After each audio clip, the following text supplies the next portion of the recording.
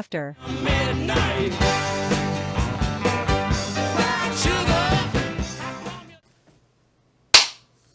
There's the clap. There it is. There was the whole clap. It always comes. Unfortunately, look, at this point we've got so many like clap jokes. Yeah. I feel like we're like it's never ending. No, but I think we're qualified to be like 1950s sergeants. So. Thank God for that. Look, because I was growing concerned. We needed the revolution of penicillin on this podcast. Is that what it was? Sure. Just moldy bread? I think the penicillin was the cure for the clap. I think that was... Yeah. Right? I think so. If my MASH history is correct... That's the TV show MASH? The TV show. Hell yeah. All right. I think that's how we got to curing the clap. Yeah. Well, I mean, it was either that or the hammer. Because that's what they originally did. Well, yes. The hammer and then... You know that, right? Well, what is it? The sickle came the later. The hammer... They would hit... Well, that's why it was called a clap, is because they clap your genitalia... What? Hard. And it would expel expand. the STD. That's disgusting. You know, that sounds like it works. That sounds like a thing. That's a swear to God, Sure. that's a real thing, Yeah, man. That's not an improv. No, Like, I got. It's like, hey, how do we get rid of this? I got an idea. Let's clap the shit out of it. I got a hammer.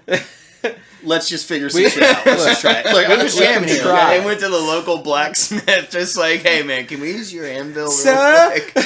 He didn't even say anything. He just Yeah. He points to the anvil and then. That's how it started, man. That's why it's called the clap. I've grown green. Yeah. It's green. It's okay. That's If we were to surmise our understanding of our guest today, it would have nothing to do with the clap.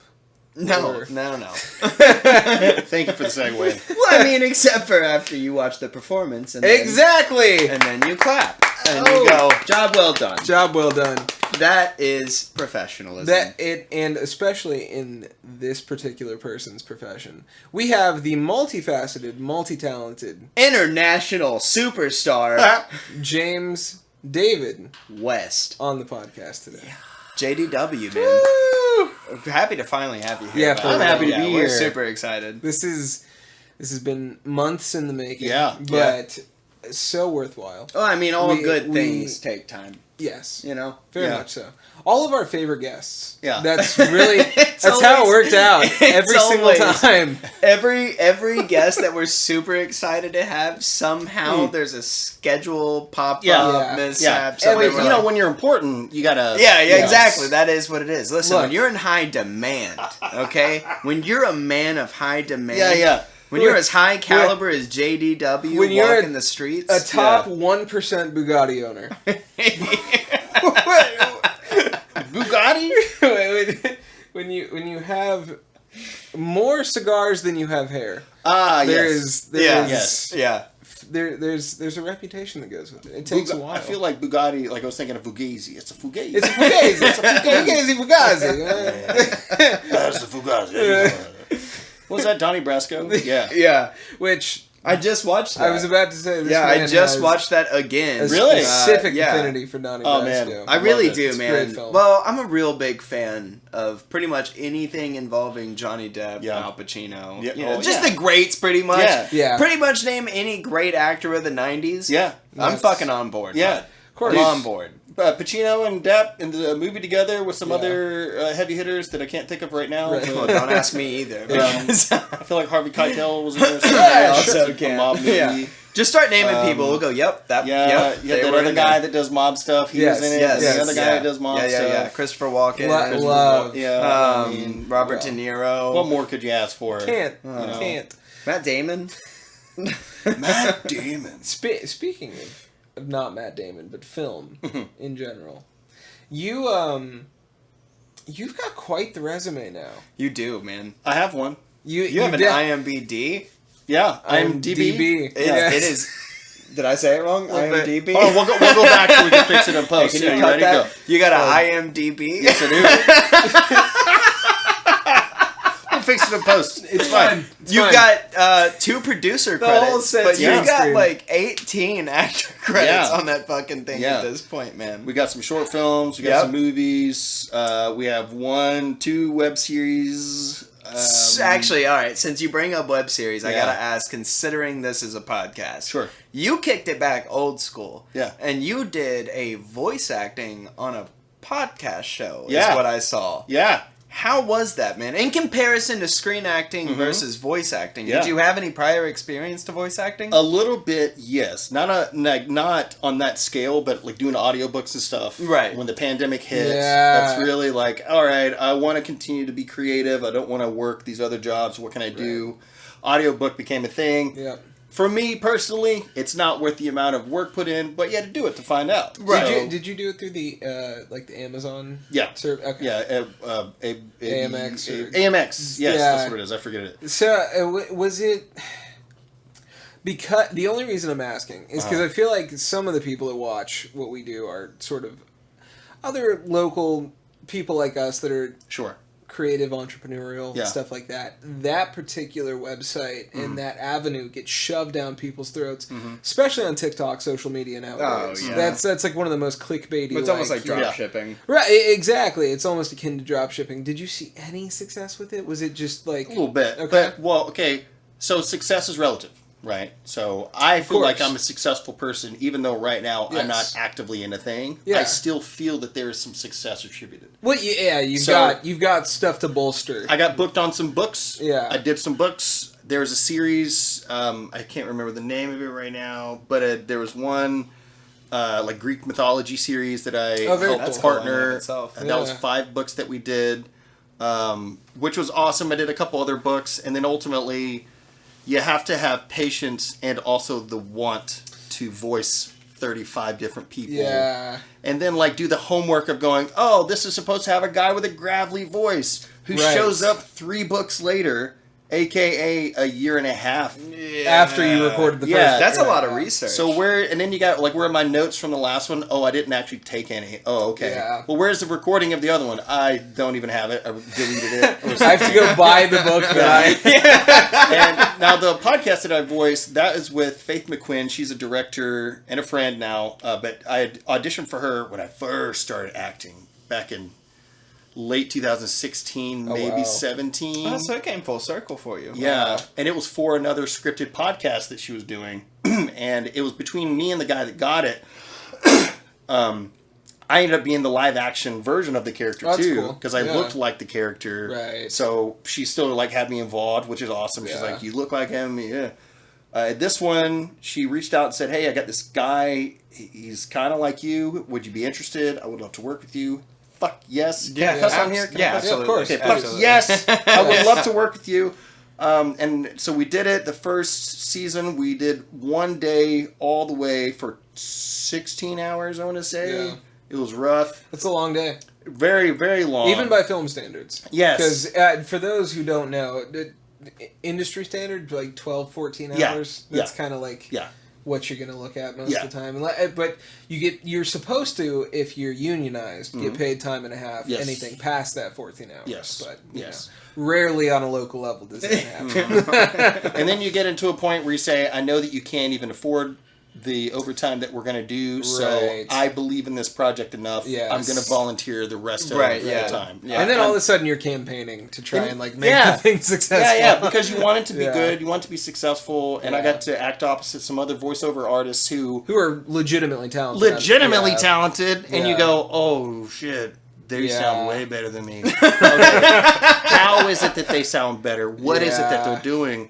I'm very self-aware, very self-conscious about things, so then I go, okay, well, they're obviously doing something with their mouth that's different. They sound different when they talk to me day to day versus this character, but they don't sound like they're doing a voice. Yeah. What is so different about it? That How did natural- they just sound different? Yeah. They're not talking different. They just Right. sound, what is it about that? Yeah. And then you kind of just get into the minutia of really what it takes, Yeah. and then you go, okay, well, first season, I listen to it, and I can hear me over-enunciating left and right, trying to say scientific words. Yeah. Then you go into the second season, okay, now I'm a lot more loosey-goosey. I've done this quite a few times now, so I'm Yeah. not as nervous as I was.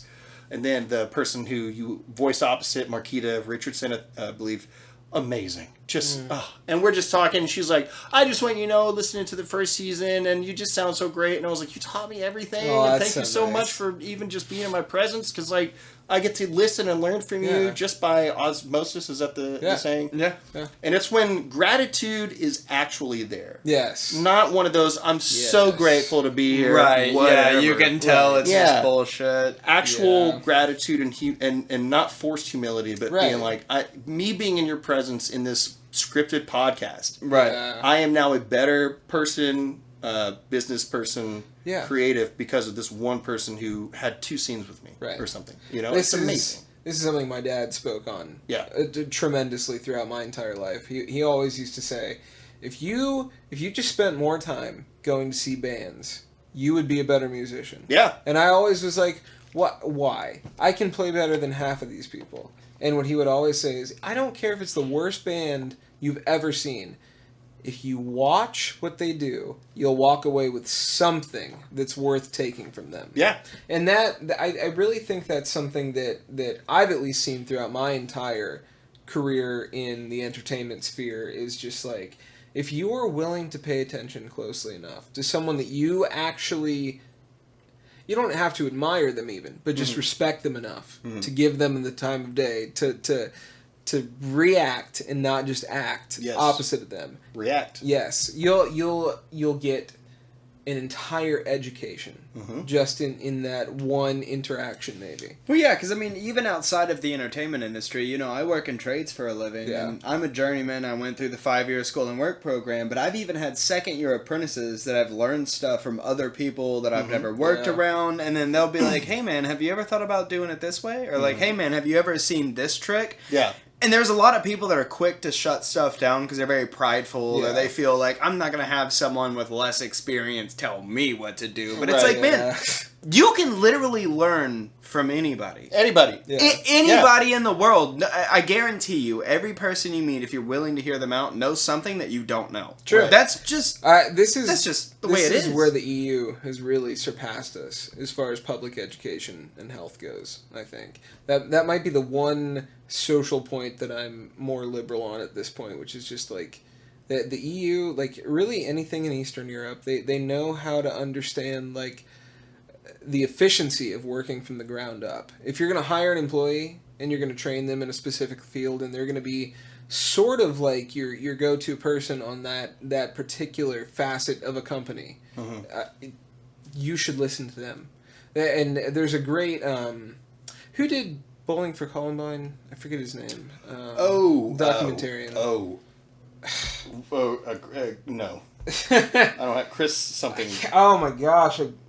I'm mad that I can't remember this. Michael Mann? That's Michael really Mann. close.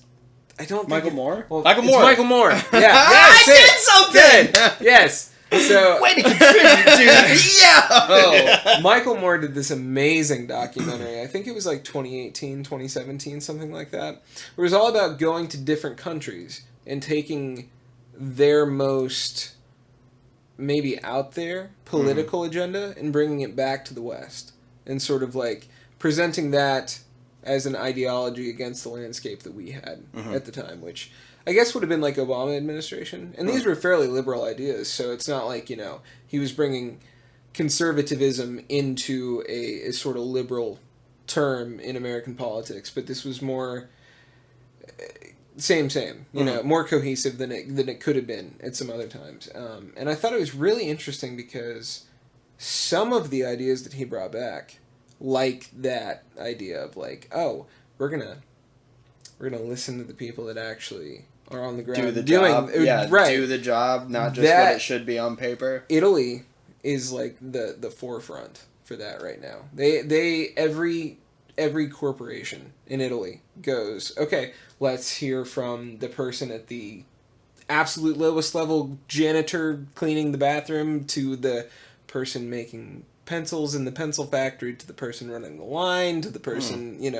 and so on it goes. And you find that you get a much more regimented, much more cohesive idea of you have a well-oiled machine instead of a bunch of pieces operating independently, which I think is really the downfall of some of these things. I think Honestly, I respect what you have to say, but let's ask only the rich CEOs. Yeah, right. Because those are the ones who really know. Yeah. I concur, actually. Hey, can you dial up Jeff Bezos real quick You know, so we can figure out? I was talking to him the other day.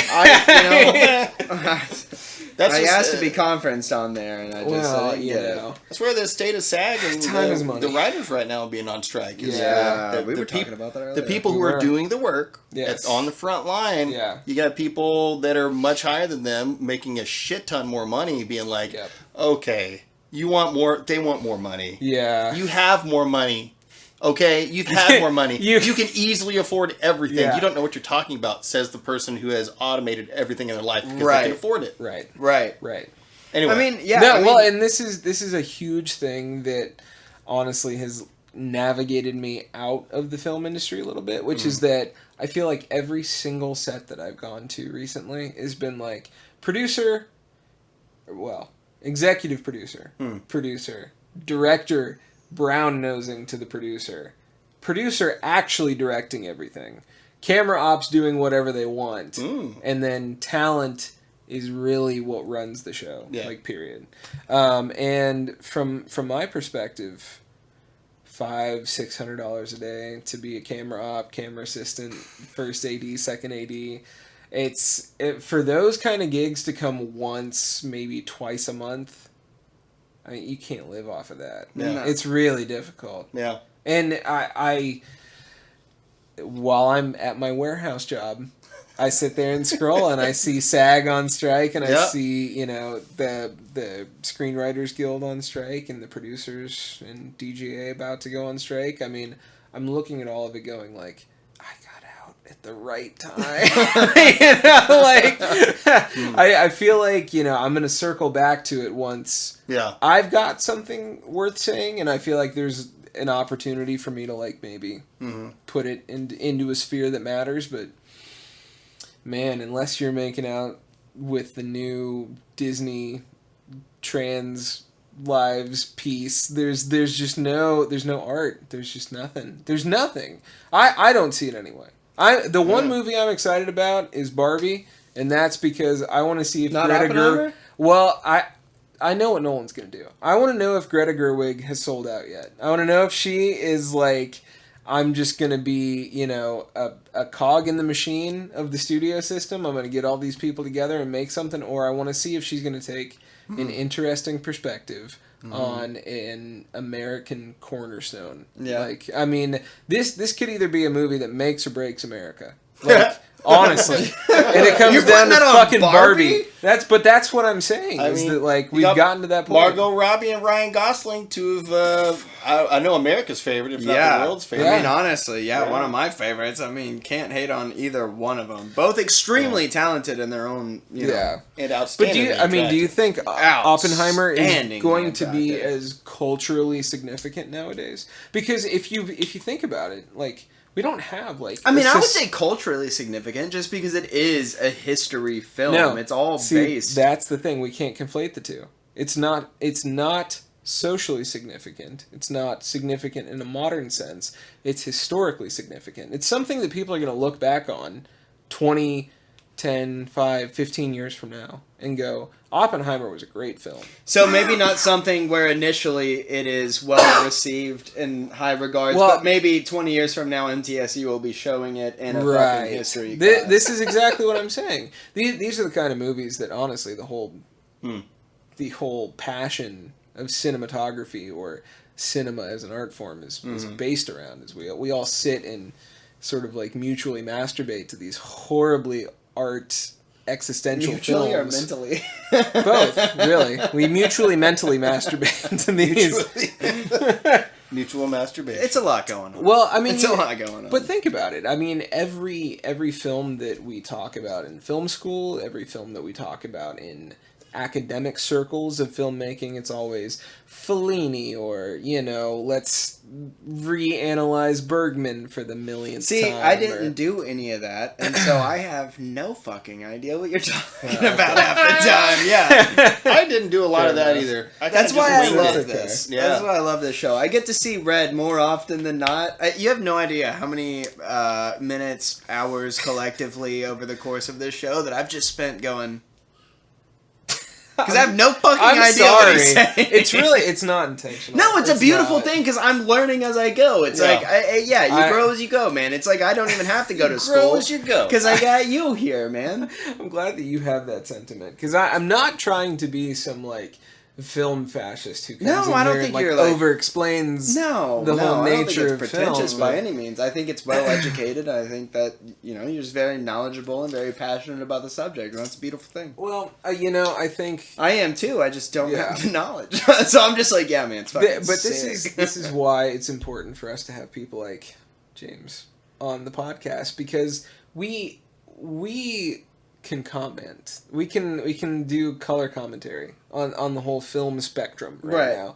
We don't have anything in production. We're not actively acting in theater or film. We do have something in production. It's just been in production for a long 2 time. years. That counts. It counts. We just keep saying it's in production. Yeah. There are 2 films that I'm in. They're both in post-production. I'm the lead of both of them. They're both feature films. Both have potential to be really good. Even if they're bad films. I watched the trailer, actually, for both of them. Yeah? So perfect segue, because I'm actually very curious. Yeah, I appreciate you doing our work for us, man. No. What is it? It was a natural segue. So it's just I'm very curious if it's like a conscious choice or if it's just the cards at the time. You seem to gravitate towards horror films, and they're very interesting films with very good plots, and so I'm just curious, is it like a conscious choice of yours? Are you a big horror film buff, or is it just I'm gonna take this role because I auditioned for it and it's here? Can I tag one thing onto this? Yeah, absolutely. Because, and just tiny bit of background, when we met each other, we were shooting a horror film together. Yes.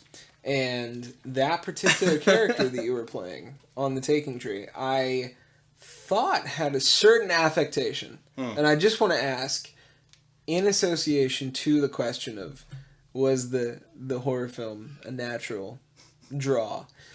How influential was Jack Nicholson to your early development as an actor? Two-parter. Okay.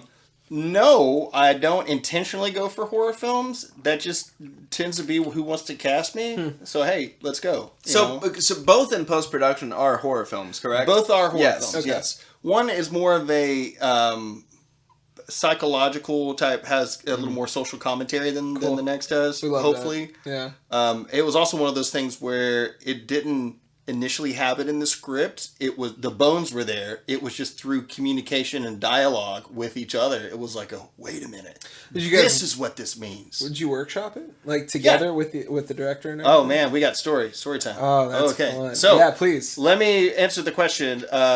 Around here, the big type of movies that are indie, that are at least in Middle Tennessee, are horror films, faith-based films. Those are the two big ones. Yeah. So you're either in a faith-based film or you're in a horror film. Sometimes you get like a cool sci-fi thing, but it's most of the time a horror film. Because I've seen you do a couple of sci-fi shorts as well. Yeah, it's nice whenever those happen. There's just a huge love for horror around here, and that's who we're making movies. And for me, we got the Bell Witch and stuff like that. Yeah, you know, my very close to Adams, Tennessee. Yeah, what makes it interesting for me is that, especially late 90s, early 2000s, when Scream hit, suddenly slasher was the thing, and then now that Scream showed us what a slasher actually is, now every movie starts to actually kind of be that way. Yeah. And now it's just a horror film, and you know what's coming next, and then this actor actually isn't really that good. So now I'm not into this. Wait a minute, I can tell the CGI is kind of, wait a minute, the bad guy's voice is ADR'd the entire movie. The whole movie. So I got the voice of God talking to me, a.k.a. Freddy Krueger. No offense. No offense. I liked it, but come on, it took away the humanity that was him. Yeah. So what I notice in horror movies today, like Hereditary, things like that, is we're adding in more logic. Yes. We're adding in more common sense, like the movie Nope. I mean, that's Yeah. full of common sense. Yes. Hell yeah.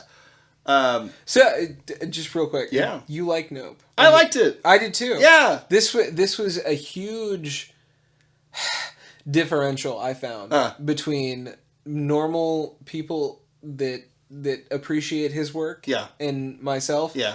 I hated Us. Yeah. Hated Us. I didn't like it either. Get Out was great. Loved it. Get Out Nope was was great too. Agreed. Get Out was my favorite, but Nope was second. Really, the only thing about Us that I would say didn't like, don't hate me, Jordan, is if you happen to be listening. Yeah, right. Also, please put me in your movie. Please be listening. We love you. It's the voice of the mirrored person. Of Yes. the one that was. Yeah. I thought it was a not good choice. It was an interesting one. Yeah. It didn't work for me, and it made me completely uninterested in the rest of the film. So that is part of my rationale. My other thing is I hated that Jordan effectively assumed that the audience was too dumb to understand the plot, because 3/4 of the way through the movie they literally write the plot out on a chalkboard. Yeah. And I felt like if you were paying attention at all throughout the movie, that was totally redundant. Yeah. And that was one of those points where I was just like, okay, well, we need to go back to screenwriting 101 here a little bit, maybe, because this. And then he goes, okay, well, here's another one. Yeah. Nope. And then it's great. On. I'm like, okay, well, no, he knows what he's doing. What's the guy's name that plays the dude in it? He won an Oscar. What's the guy's name? The actor.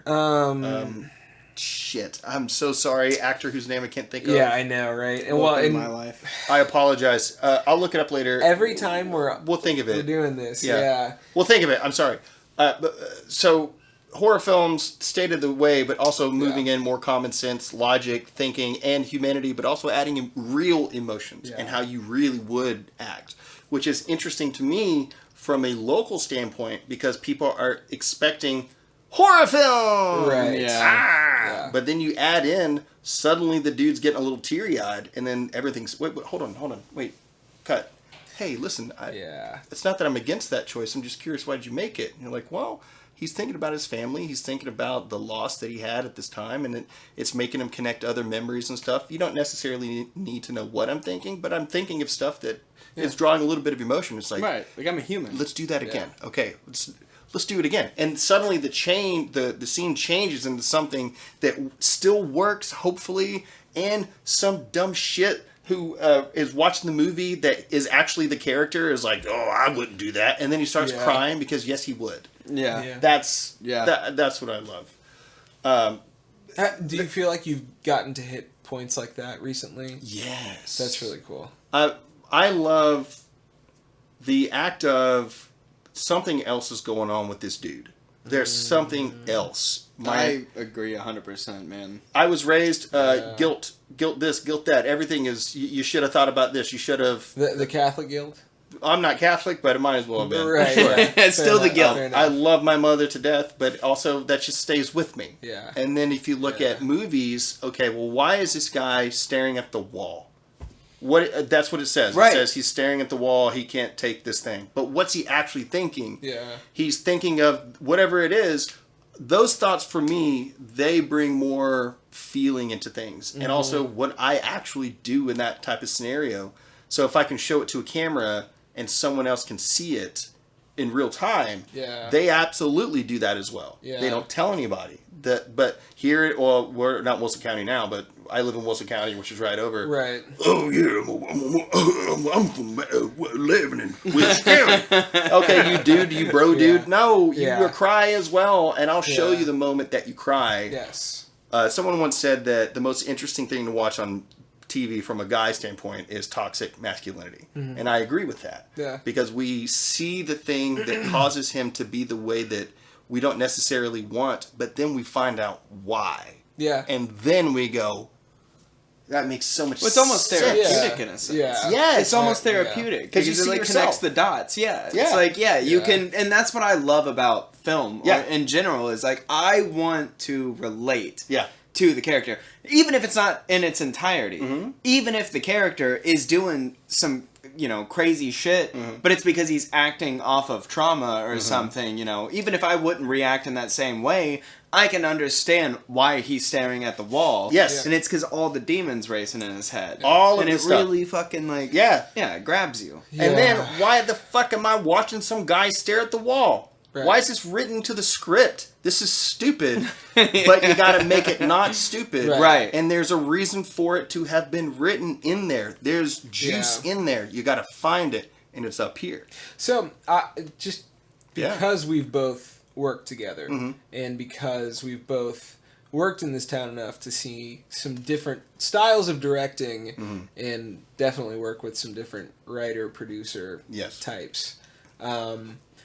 With stuff like that, particularly with the man is looking at wall moment in a script, what it always leads me back to is, what is the writer thinking in this particular situation? Yes. Because the writer really is the architect of the entire plot and narrative.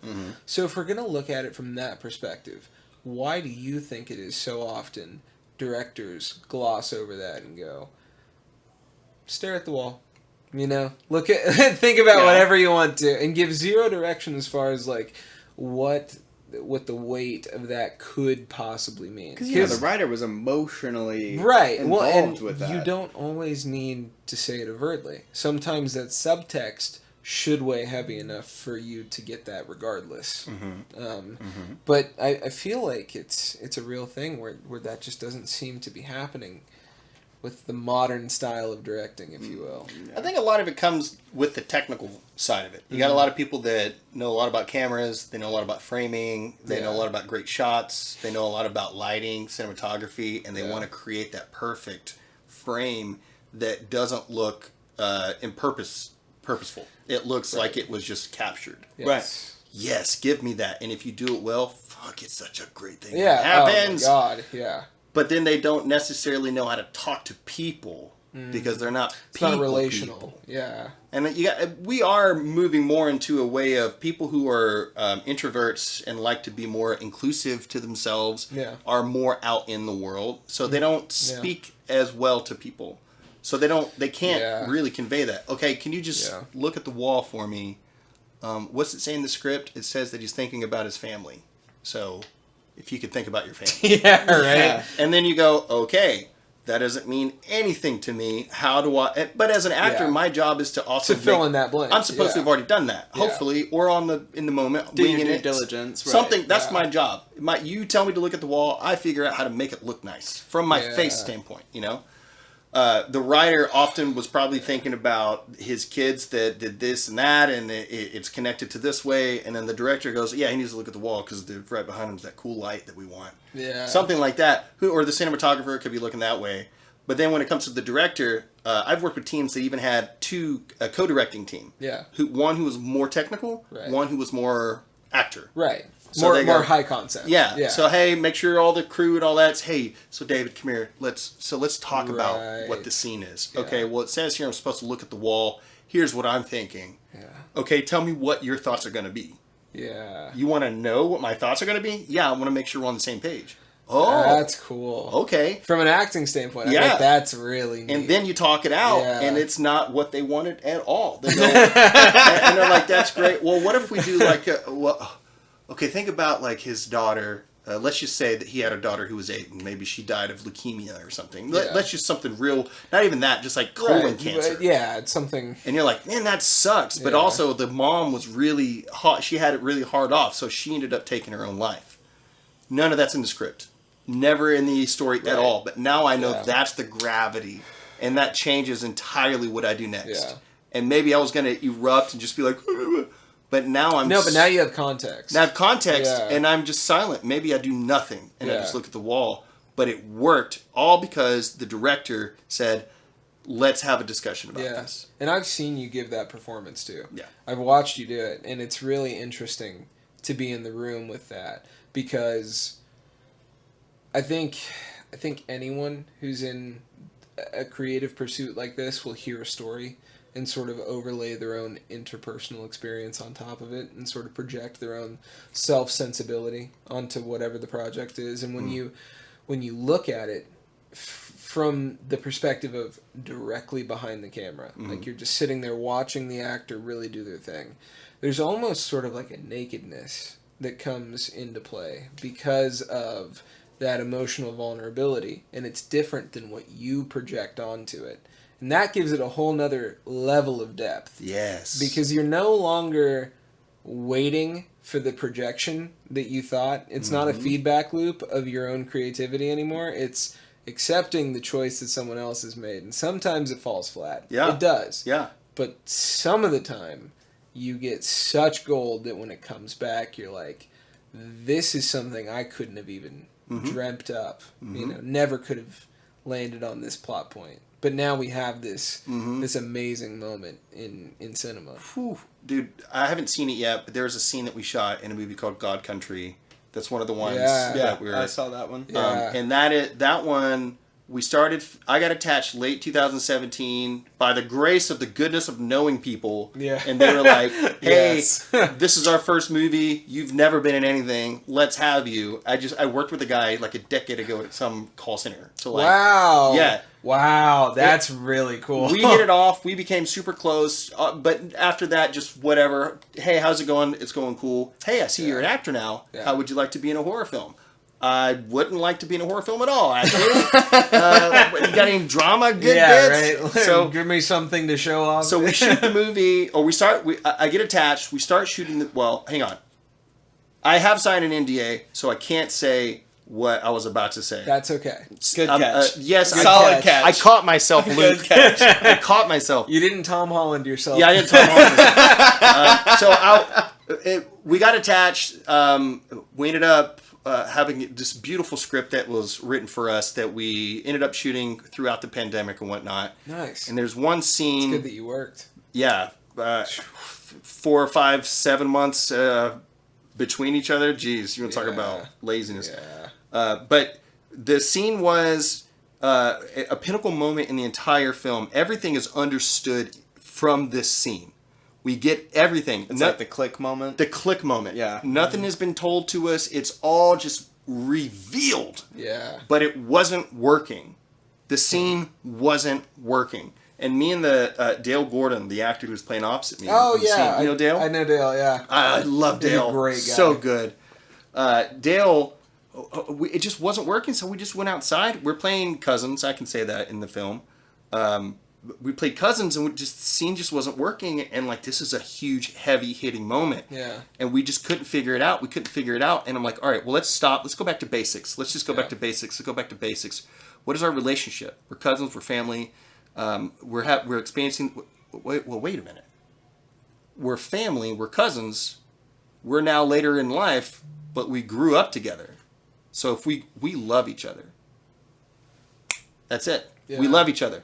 So what is about to happen is a much, much, much bigger deal than we initially thought. Yeah, we're cousins. Sure, we're cousins. No, we love each other. Yeah. And we grew up together. That was the kicker. And I mean, we had shot countless scenes already. Yeah. And we got to this and finally made this breakthrough of, Yeah. So then in this horror movie, this scene that wasn't that much of a emotionally gravity thing suddenly became something so... One of the best scenes I've ever filmed of any of the stuff that I've done. Oh, I bet. And then Dale and I, like, we cried together. And we, like, hugged each other after that. And it was like, that was such an amazing piece of art. I don't even care That's if it... so cool. Even if if it's shit, if the movie sucks, that is secondary totally to that. It makes it feeling. like the entire process just all worth Yeah. it right there. Yeah. And then when you see a good scene that is edited well together... 8 years from now, this other scene that I did helped make that happen. Yeah. Granted, the cutting had nothing to do with me or anything, but the experience of getting to that point. Right, yeah. Of It's all knowing stepping stones. Where are we going to connect dots? Yeah. I know. Let's do, to bring it full circle, Jack Nicholson. What can we think of with Jack? Yeah. Okay, Jack's a bad guy in, let's say, The Shining, right? Yeah. We know he's a bad guy. Yeah. But he wasn't a bad dude. If you read the books, Right. he was in on himself constantly. Yeah. Like, that constant turmoil, everyone has constant turmoil unless you have no inner monologue whatsoever. Right. Some people don't. Some people don't. Whatever. We don't judge them. I just don't know if I buy that. Now this, I will say, I don't remember the Grip's name. The girl that was there, taking tree, blonde, I think. It wasn't Vic, because she was... Not Vic. She was AD. Yeah, she was AD. And Vic, I remember Vic. I've talked to her quite a few times. Well, I know we had... She was I know she worked a lot. Grip. She was lighter. Yeah. She was a lighter. Jesus. She was a Vic. She was a Vic. Anyway, there was one thing where... No, I know exactly who you're talking about. Well, we didn't sign any NDAs for that, did we? No! Okay, it doesn't matter anyway. No, it's fucking 28-minute short film. Yes. Yeah, it's So- fine. It's fine. She said I was fake hammering or fake hatcheting the face, and I remember doing like 3 takes, and then she was like right here though, because Yeah. like she was holding something, Yeah. and she just looks up at me and she's like, "You're like really real, like you're actually doing this." She said, "Awesome." And I was like, "What are you talking about?" She's like, "I'm scared for my fucking life because I think you're actually gonna have like machete off my fucking arm." And I'm like, "No, I'm just acting." She's like, "But that's like I believe you." And I was Yeah. like, "Oh, well, awesome." Yeah. And then she said, Yeah. "You remind me of Jack Nicholson." And I thought, that's interesting. A couple years ago, that is what I was referencing directly. Was that performance? That's sweet.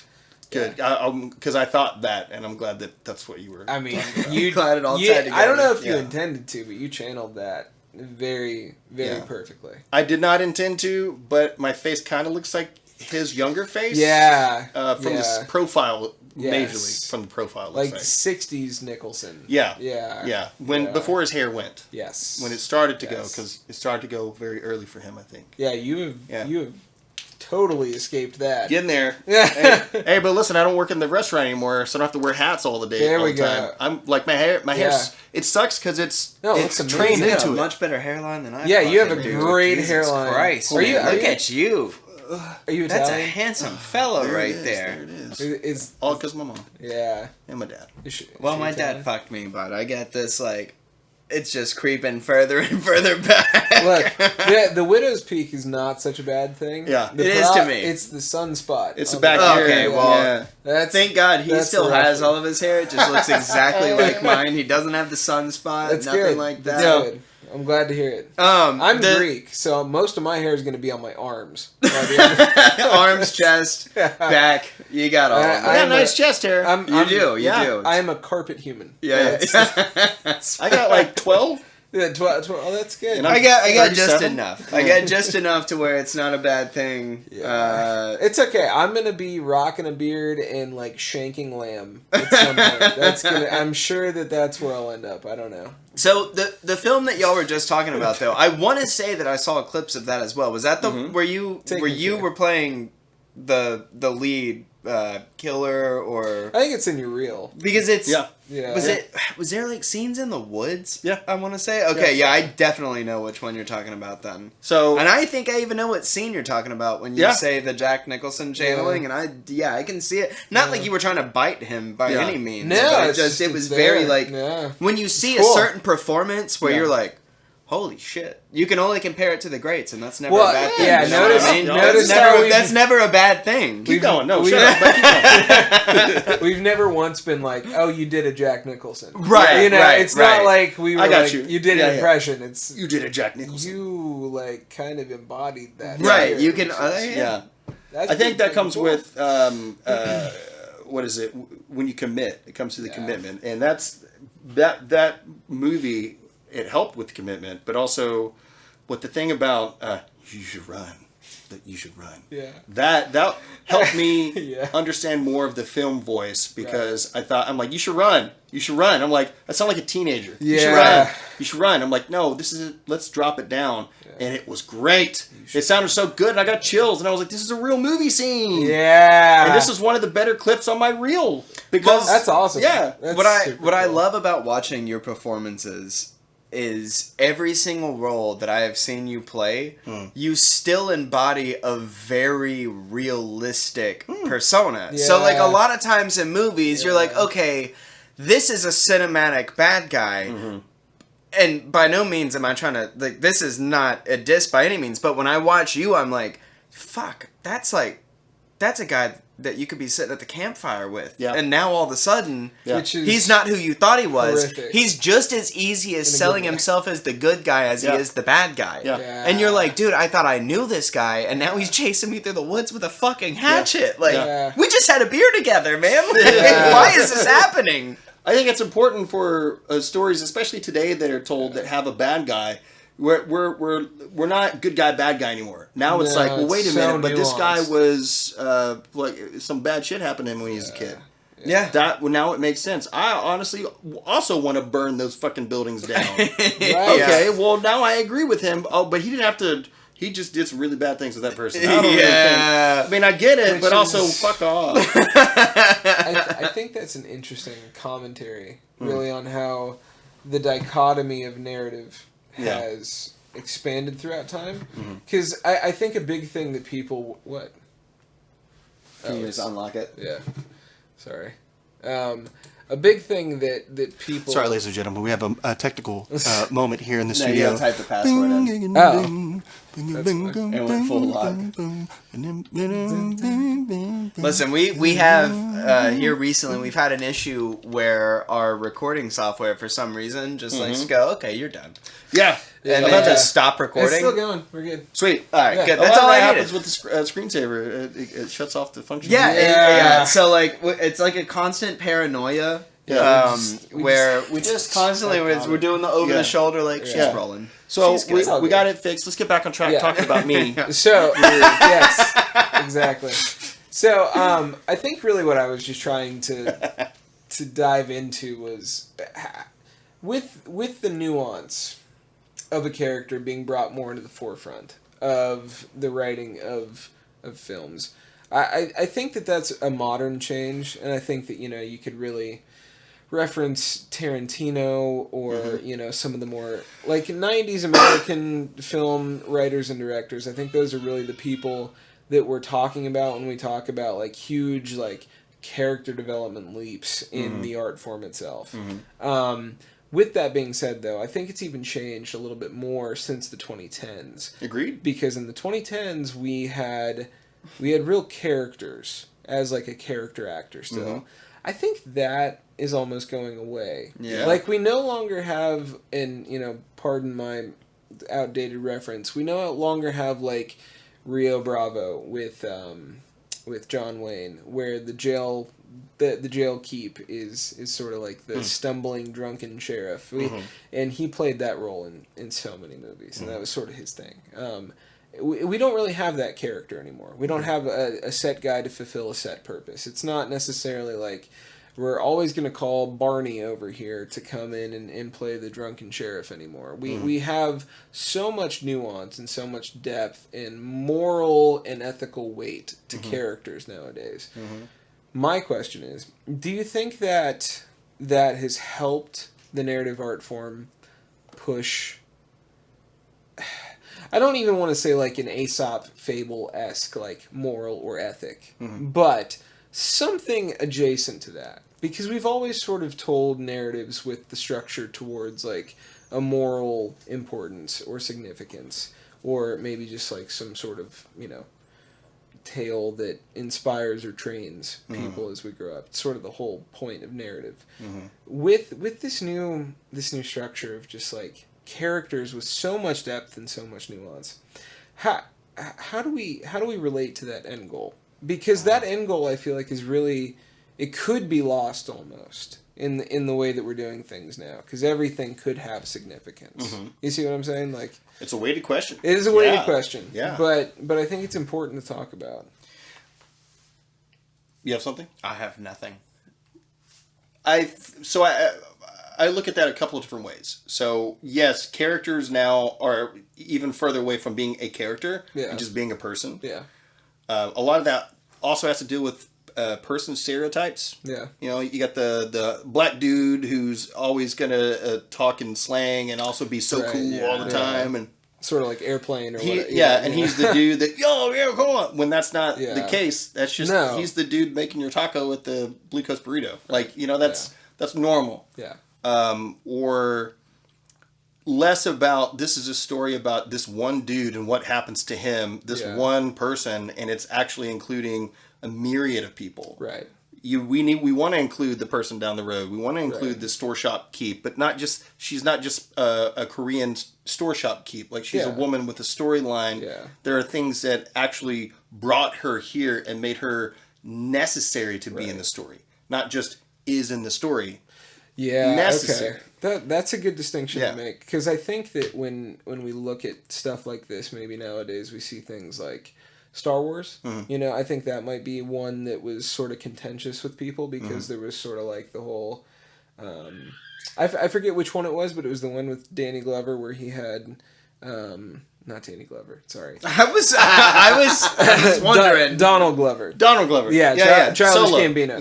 Solo. Yeah, and that was hugely divisive because a lot of people were talking about the narrative going in so many directions and it being so interpersonal between all the different characters that it was difficult to differentiate the solo story of Han Solo to the rest of the universe expansion that was going on. But you seem to play characters that lend themselves to sort of more of a leading man bravado type thing. But even still, you've noticed this. So keep going. I just wanted to add that as like a reference point to kind of what we're talking about. I think there are certain stories that I want to tell. Yeah. They're my stories that I think should be told. But there are also stories that should be told that aren't necessarily mine. And they still got to be told. Yeah. So I absolutely could be involved in this. Yeah. Now, that doesn't necessarily mean that I'm going to be the main character. Mm-hmm. And that's, like, we've been so driven on the main character. Yeah. It's all happening to just the main character as opposed to everyone. We're all in this together. Plus, we have 300,000 things to choose from now. So what am I going to see myself in to want to choose to watch? Yeah. That's interesting. Okay, cool. Well, I got this one show. What's it called? Shadow and Bone? Oh, I think it is called Shadow and Bone. The Netflix show? Yeah. I love that show. I don't really relate to almost anyone in the show at all. Yeah. But I love the show because I can see myself in the main bad guy. I can't remember his name. Interesting. But I can see me agreeing with some of the things that he feels due to what's happened to his character in the story. But, like... Otherwise, if I didn't have that connection with him, I wouldn't want to watch the second season. Right. You know, I would have seen it. Because I don't relate to anything. It was a good show. The acting was kind of okay. I could forget about it and move on to something else. No offense to the writers here. I was asked a question. I'm just answering. But it's like, what do I relate to in that story that's going to want to bring me back? Well, it's just interesting that it's honestly really cool, but it's just really interesting to know that it was the one character that you're like... That's what's going to bring me back. That's what's bringing me back. Yeah, but that wasn't I didn't consciously think, oh, well, I'm not going to watch this. Fuck this shit. Wait a minute. Well, that guy. Well, wait a minute. Right. Okay. He's got a nice chin. I want to keep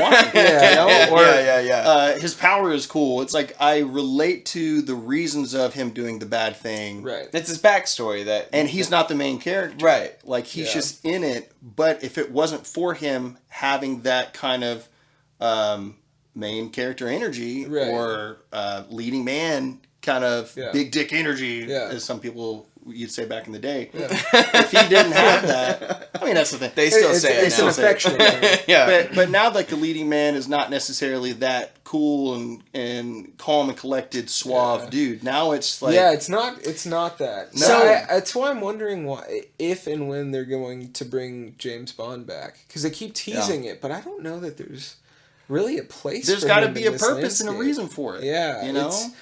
What I don't want is a pussification of James Bond. I don't either. Yeah, and I feel like that's maybe what we might get currently. You just gotta hope not. Yeah, I can't speak on it. No comment.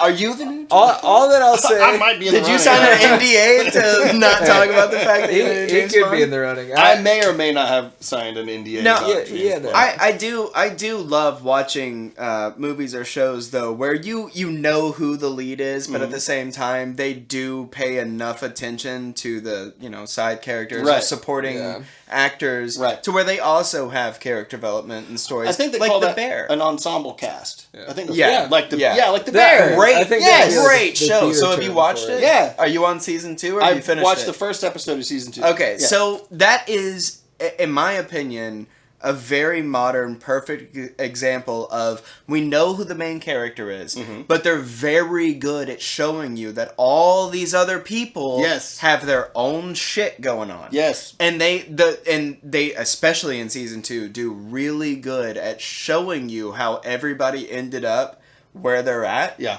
And it's just the whole show is nothing but character development. Yeah. And I fucking love that. Yeah. Because it shouldn't always just be non-stop, here's the next thing. I want the story. Yeah. I'm a very, like, that drama is probably my favorite genre of film. Same. And it's because I want to feel something. That's like my dream role to play. Anytime we've ever brought this up on the show of like, what is like your dream role to play? I have the same, I just want to play a role, because like when I'm sitting on the couch, my favorite movie, for example, is Meet Joe Black with Brad Pitt. Arguably a very slow movie. Yeah. Because it is. Yeah. I mean, it's like a 3-hour movie. It's very long and drawn out. But if you actually pay attention to it and you actually watch it, it tugs on the heartstrings in more than one places. Yeah. And it just, it can show you, I know, you're laughing at me going on about fucking Meet Joe Black or something.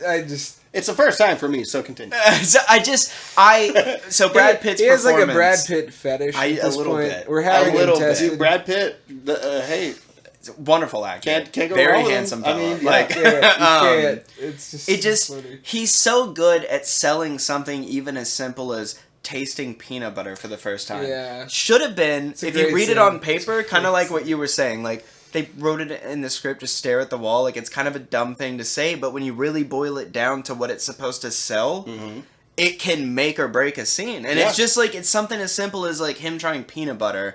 Everybody watching it's like, this is fucking stupid. Yeah. But he does it in a way where you're like, holy shit. You can find joy in anything. Yeah. Yeah. Like, I love movies like that. And that it's just realistic. grab you. And just like, it's just that whole movie's like That's- evolution almost. That's Like, it's the just, nuance, What? really. Well, in storytelling, Mhm. and in honestly, it's the best part about cinema is that there is opportunity to make moments like that Yes. happen. 100% agree. So as a byproduct of what you guys were talking about, here's another question that I think is maybe more overarching. Do you guys think that because of that, because of the lean towards ensemble casts, we are inevitably heading into a television miniseries, long format, only game compared to traditional 90 to 130 minute movie making? Because we've been having this debate really since Breaking Bad, but I feel like now it's sort of coming to that crux where a decision is going to be made one way or the other. You want to go first or you want me to go first? I think a lot of it has to do with celebrity actors doing TV shows now. And then, but Yeah. the TV shows, the company's got to be able to fit the bill. Like there was one, I don't remember what it is, some Apple TV thing where there's like 8 celebrities and it was like $86 million an episode or some shit. Of course. Ridiculous. It was the one. It was the Weekend So show, bloated. right? I The don't Weeknd know was which on one it. it was. I don't know which one it was. I just know that it was like I want to have some of that money Yeah. in my pocket. And not Yeah. so badly. Is a TV show worth that much money? Probably not. But we're no longer we're not really in blockbuster phase anymore. No, Aside we're from not. Avatar, Top Gun, and now maybe Mission Impossible next. But that's So 2 that's Tom it. Cruise properties out of the 3. Yeah, and they both might as well be the same character anymore. Yeah, so, no shit. No offense, Tom. It's so interesting. Tom is someone that I rail on this podcast. Yeah, but you are such a fanboy for Mission Impossible. Because Mission Impossible is great. But First one was the best one. first one was the best one. Yeah, not even Tom, arguable. this is my deal with Tom Cruise. For the 100th time. I can beat him up. Dude, he swears to God. A man who, okay, I don't give a shit if he's an actor or not. He has legitimate training. Yeah. He has legitimate fight training. Yeah. I've had this argument with him already. He swears to God he can beat up Tom Cruise. I can't. And I hope that we excel. I hope that we excel in this podcast quick enough, to where we can book this somehow as an event. Because I just, at this point, want to see it. Tom Cruise has to crawl up me first. That's number one. You're not that much taller than Tom Cruise. Real quick. Hi, Mr. Cruz. Mr. Cruz, please put me in one of your movies. I don't care about any of these people here. I don't even... what's your name? JDW is affiliated... this has no affiliation with JDW's thoughts and feelings. Please put me in one of your movies. Proxy only, yeah. No, listen. I see what you're saying. Yes. With streaming being the way it is nowadays, though... It's great. I mean, people are more interested in TV shows than they are movies. It just is what it is. And not even that, but movies are moving in a direction that the majority of the population I would like to believe aren't that interested in. We've talked about it. It's mostly popcorn flicks. That's what it is. It's a lot of superhero. It's a lot, and don't get me wrong, there's some good stuff sprinkled in there. Yeah, we shit on the Marvel Universe a lot. Here's a question. There's a time and place for it. Do you know what a hero's journey is? Yes. 12 points of a narrative. Yeah, we had a show about this actually. So Play-Doh. How many people want to always tell that story every single fucking movie they make? Well, it's 98%, 99%. Every fucking movie since what year has had that setup? Since 1970 when and then you get Save the Cat that comes out, which it's just a more expansive you follow version. It's adding a formula to storytelling that at the time was a good thing to help people tell stories, but now is a blueprint that everyone fucking knows now. Yeah. So I'm watching a movie, all right, and there's the you already know what's gonna happen. Actually, that might be the antagonist, because, that's definitely the antagonist. Okay, and then, there's his daughter, she's gonna die. Oh, and then it happens in the movie, and you're like, I haven't even watched a trailer, but I know what's gonna happen, because you know what's gonna happen. See, this was a deal with my ex while I was in film school. Is we started going to see movies together because we were dating or whatever, and because I'm in film school and they're teaching us about this, I'd literally be calling shit in the theater before it's happening, and she'd just be elbowing me the whole time. Yeah, you're ruining this. Dude, I'm I can't help it. This is a I do that too. Just sitting on the couch. It's bad. I pause shit and I go, do you see this lighting here? No, yeah, I see it. No, you don't see it. No, you don't Let see me it. explain to you how you don't see it. Okay? Yeah. I love that so much. It's the problem. Worth explaining. It's a pro and con of getting super passionate passionate about something like that. Is it ruins it for others It unless really they're does. equally as passionate. Well, But then you go, and then what they did is they had some huge HMI or some light over here, and then some other guy is like, no. They did da-da-da, and you're like, I don't actually know what I'm talking about, so you're probably right, but fuck you. Well, Listen. that's happened to me on set before, where I've been Really? someone showed me a piece of reference material, Yeah. light it like this, and I figure out a way to light it, but I've done it with 5 extra lights, and then a random just grip assistant that's been in the industry way longer and is doing this as a part-time thing is you could do that with 2 lights, and I'm like, oh. Yeah, I guess Thanks. I could. I got humbled on one. There's a short film that I did called Hit and Run. We won some awards. It got picked up by Alter. It's pretty sweet. That's awesome. And there's one line for me. Shit. That's the one line that I say. Shit. So all face acting, excellent experience for me. But there was one light. They had a diffuser on it, and it had the netting on there. I'd never experienced that before. That was the first time. Yeah. So then I'm like, well, I know what the diffuser is, but I don't know what the netting's for. Right. Yeah. So then I asked, I was like, hey, man, what's the netting on here for? And he was like, because it's part of the light. What? No. And I'm like, no, I mean, I get that's the light, but what's it do? And he goes, it directs the light. No. And I'm like, well, okay. Now I feel stupid for asking the question. Yeah. So then I didn't talk to the guy anymore. That's the and worst. we have not talked again since that day on set. That's how relationships work. Yes. But now I understand what that means. Yeah. I know what you mean now when you say shape the light, but it took me years of educating myself with more experience don't assume that I'm stupid because it's a simple question, you know? Well, and the only way you're gonna learn is to ask questions, and it's That's true. the pretentious, shitty people that do that, though. Like, I'm kind of pretentious sometimes too. Well, everybody is. Yeah. I mean, but like, you know, it's just at a point though. It's just like, come on, man. Oh, I'm man. asking you a fucking question about a light, bud. You don't have to be a dick. Well, even further, that's a very specific thing. Mm-hmm. I'm trying to remember what the term is for it. So you're Googling the term currently. I remember it. It's halation. It's Yes. So what the whole point of it is, it's the 1920s and 30s like romantic beauty star look. You want to have sort of a white, not white, but a blurry slash vignetted almost appearance to what you're doing. It's a very subtle blur. You're putting it so close to the light that all you're doing is basically softening the light across the entire image. It's like Gone with the Wind, effectively. It's one of the most beautiful things you can do. You can do it digitally now, but God, it's such a great practical effect. And there's only one specific type of pantyhose that you can use to do it the way that you're supposed to do it. Because the other kinds of pantyhose will burn up from the lights. Well, there's no way he learned all of this in a 15-second Google search, so I guess you did know some of it? No, that was all from film school.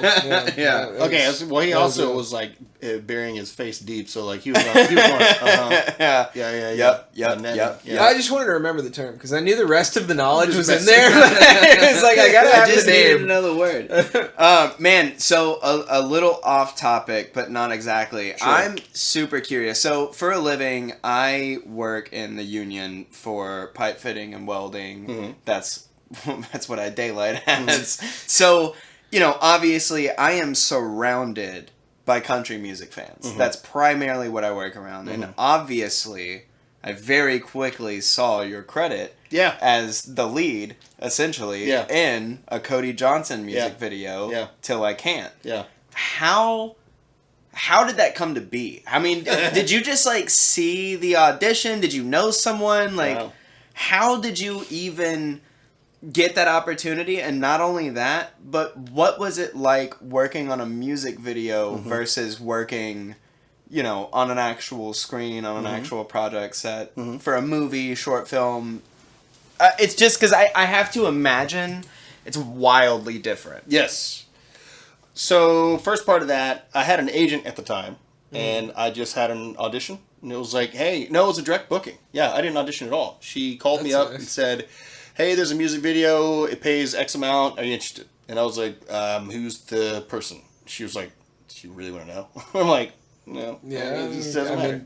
It's a music video, never really done one. I did one music video before, so I was hoping for a better experience than the one that I had. And I show up, and it was like a normal film set. They had a set that was the location for everything. They had lights and all that. None of us wore microphones because it's a music video. Right. But mostly it was just like, okay, so your brother's going to walk in. Everyone, you haven't seen your brother in a few years. Go. But they also had selected us for previous stuff that we had done. So they knew like what we were capable of. Yeah. That's pretty cool. And I was chosen because of, I guess, my ability to show relationship on my face. Maybe that's why I was first on the call sheet. The other guy. I think that's a good reason. Sure, number one on the call sheet. I'll take it. That was like one of the first ones. Yeah. That one in God Country That's were awesome. the first number one on the call sheet. And I was like, that's sweet. But the story seems to be about this guy. So then everyone else that's ever talked to me, aside from you, has said that this dude was the lead, which is funny. Well, all power to him. That's fun. Mad support. The brother? The brother. Because Really? the music video was about our reaction to his passing. Yeah, okay. So the story Yeah, highlighted but- him and things that happened to him, and it just showed our relationship with him until the loss happened. And then there was a good emotional bit between me and the woman who played the mom. I forget her name. I'm so sorry.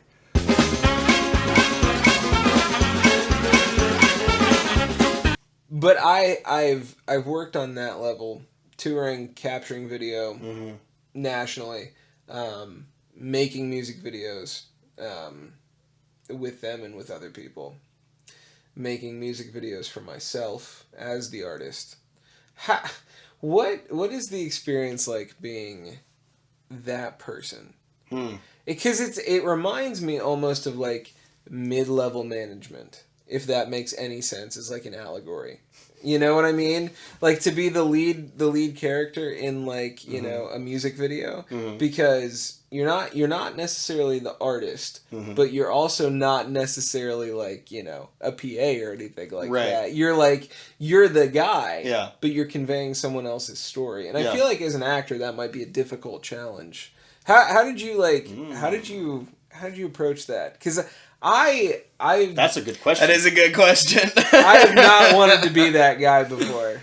Yeah, because it's like the weight is on your shoulders to portray exactly what they're trying to convey. Yeah. Is this a question about music videos or just playing a lead? No, music videos specifically. Because I can imagine playing a lead is a whole different idea. Like that you actually have some autonomy with. I can speak more to the lead character in movies, short films, and plays and stuff than I can. I've only been in that's a one music video. My first official music video, 52 million views. Blows up. It blows that's up. Crazy. That's pretty sweet. Well, because in a movie you get to embody that person. You speak. Well, it takes so much more You're commitment. that person. Anyone can look up. You're almost in a silent film when you're in a music video. When I showed up to set, it was very, hey, David's here. Hey, David, hey. And I was like, well, I know I'm number one on the call sheet. Yeah. Everyone else here also knows that I'm number one on the call sheet. Yeah. And as creatives, you know, being on set, you've been on sets and stuff before? I've been a part of theater productions. Yeah. But okay. So the lead of the show, everyone treats them differently. Everyone knows that they are that person, whether you mean to or not. It's just because they're that person. They got the number one spot. Well, if you have training, you should know to do that. Yes, but also the first time you're number one on the call sheet, it's kind of weird because you're like, this. Do I get the treatment? They just held the door open for me. Yeah. Why? Yeah. And they were like, oh, David's here. Like I showed up to set once. Yeah. I wasn't even number one on the call sheet, but they knew that I went by David. And that's normally like a friend thing. Everyone's like, "Hey, James, David." That's what I said walking out early. I was like, James. But David is like, if you call me by David, then we've already we're past introductions. We're on first name basis, second name, whatever. Right. And so I show up, David, hey, over here, David. I was like, I immediately felt that personal touch. Yeah. Because they did their research. Yeah. They looked into me to see. That's cool. That's awesome. Someone actually did that for me. Right. That's amazing. Showing up on that set of the music video, I was number one. I didn't know the storyline. No, you just show up. There's nothing else. You might have like a picture or like a lookbook of what you're going for. Yeah. But I show up and I'm like, okay. And then dude shows up who plays the brother. It was then obvious that the story was about him because all of the attention was just on that. Strange. And making him feel like this and that. Yeah. So it went from being number one on the call sheet to I'm not actually the lead of this. Yeah. So why am I number one on the call sheet? That's weird. That's one of those things where the agent probably worked that out because agents also want to help the people that are under them or that they're roster. So they're like, no, that makes well, sense. let's negotiate number one for him because in the future I can use that. Oh, well, he was number one on the call sheet for that 52 million view. Yeah. Joke's on me for not having that agent anymore. Well, I was about to ask, just what made you go independent? To remain political. Interesting. Or nice about it. That's a bold stance. I like that. There's a time in any career that you're working on where you realize, oh, I actually know enough now to make choices on my own. Yeah. I actually know enough to make choices. And even if they're the wrong choice, it was still a strong choice. Mm-hmm. Be it acting, it's your choice. Yeah. be it welding, be it whatever you do now. Yeah, same. What is that stupid job he has again? Yes, agreed. I have a stupid job too. Yes. Well, I did. I quit. We all have stupid jobs, unfortunately. There was a place I was going with that. I lost it. Sorry. No. The choice that you make, I was on that. What was I saying? Yeah. It's about a choice. You're saying regardless whether it's the right choice or the wrong choice, right. It's still your choice. Yes. So I got to a place in my career where not only acting choices that I recognize I can make a choice and I'm very strong in this. There are other people who've been doing this for decades who I act with and it's great. We have great chemistry and then they will say things like, you're keep doing this, keep going, don't stop. Yeah. You know, not to talk about myself, but people do say that to you, and you're like, that has to mean something. Right, absolutely. So now I know that I can, and I just started this a few years ago. Yeah. Okay, fuck it. This is my thing. Yeah. This is mine. I shouldn't feel bad for feeling a certain way about my thing. No. I don't like these decisions that you're making for me. I don't like them.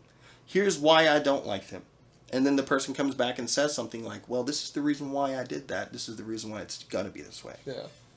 Well, sweet. Well, I'm sure that actually might be the right choice. That might be the right way to go. But that's not necessarily what I want to do. Mm-hmm. So I don't think this is a good working relationship anymore. And we were together for 4 years. I had no business being repped by any agent when I got with my previous one. I had no business. Super green, didn't know anything, had almost no credits, no real good headshots. I mean, just it was one of those, okay, I'm going to take you on, but hopefully you like figure something out because you got to make us some money. Yeah. And then year 2, going into year 3, my booking rate was pretty good. And there were some people that reached out. They were like, you're like the best. You're like the second top booker on the roster. And I was like, no, I'm not. There's people doing way better than me. But like, okay, well, perception's everything. Yeah. Perception's everything. That's the right kind of perception. Yes, that's a good kind of perception. That's one of those networking things that even if it's not the case, that's perception. Yes. Sweet. And then, wait a minute, why am I getting these types of auditions? These aren't who I am as a person. Oh, well, they just asked to see you. I don't think they asked to see me. This is like clearly sent to like 5,000 people. Yeah. Okay? Yeah. They didn't. They may have said click yes on my name, but that Right. doesn't mean they asked to see me. Okay. Yes, it does in a way, but no, it doesn't in another way. Yeah. And I feel like.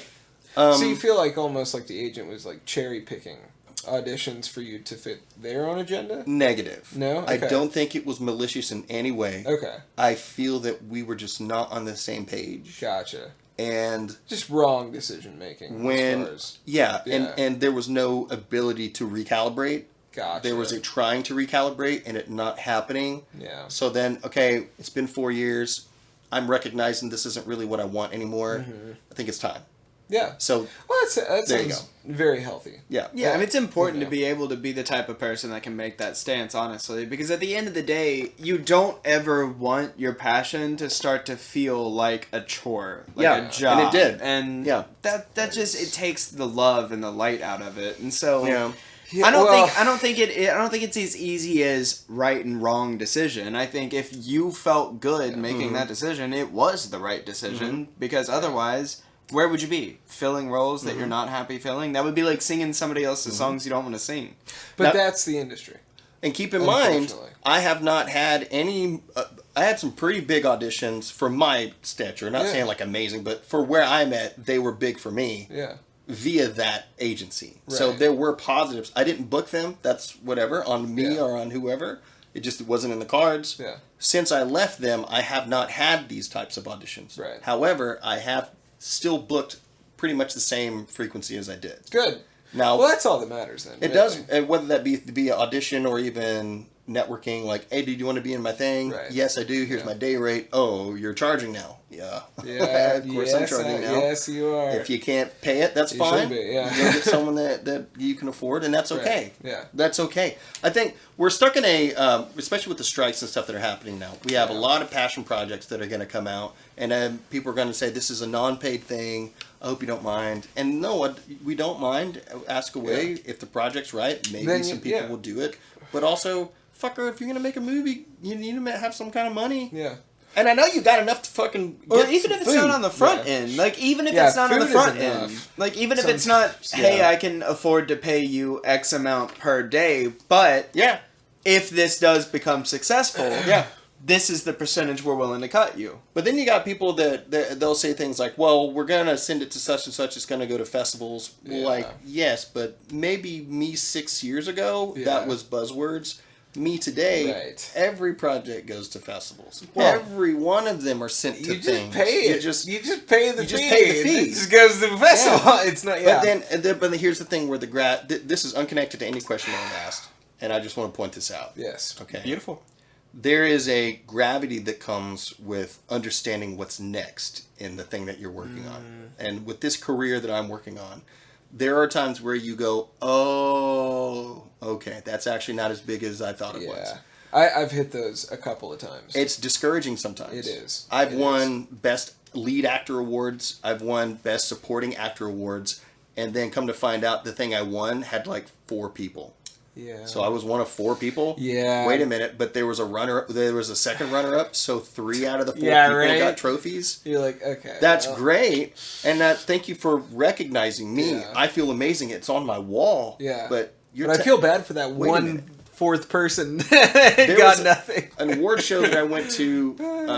I won't name names because it did make me feel good. Yeah. This was an award that had my name on it, even though it was the team that did the thing. It's just the way this one competition did it. Yeah, no. So my name was on it, and we won the best thing for the best thing, and my name, and I was like, this is so awesome. I fucking did a thing. Yeah. And it's my name, and Feels it's great. good. We were the only fucking one.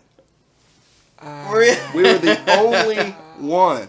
Did you find that out after, or did you know before? After. I didn't know before. Well, good. At least you did the thing, though. Yeah, you put full effort into it. Full effort, everything. That's gotta be motivation. And I was though. dressed up, looking nice, knowing that this thing, like, I was like, I hope we win and all that. And then we won. It was like, oh, yeah! And then after that, I was like, wait a minute. So while all the other people were doing the thing, because it was all digital, it was online. Oh, no. It was all remote. So I just Yeah. looked at the list of the nominations, and it was us. Yeah. You're like, Oh.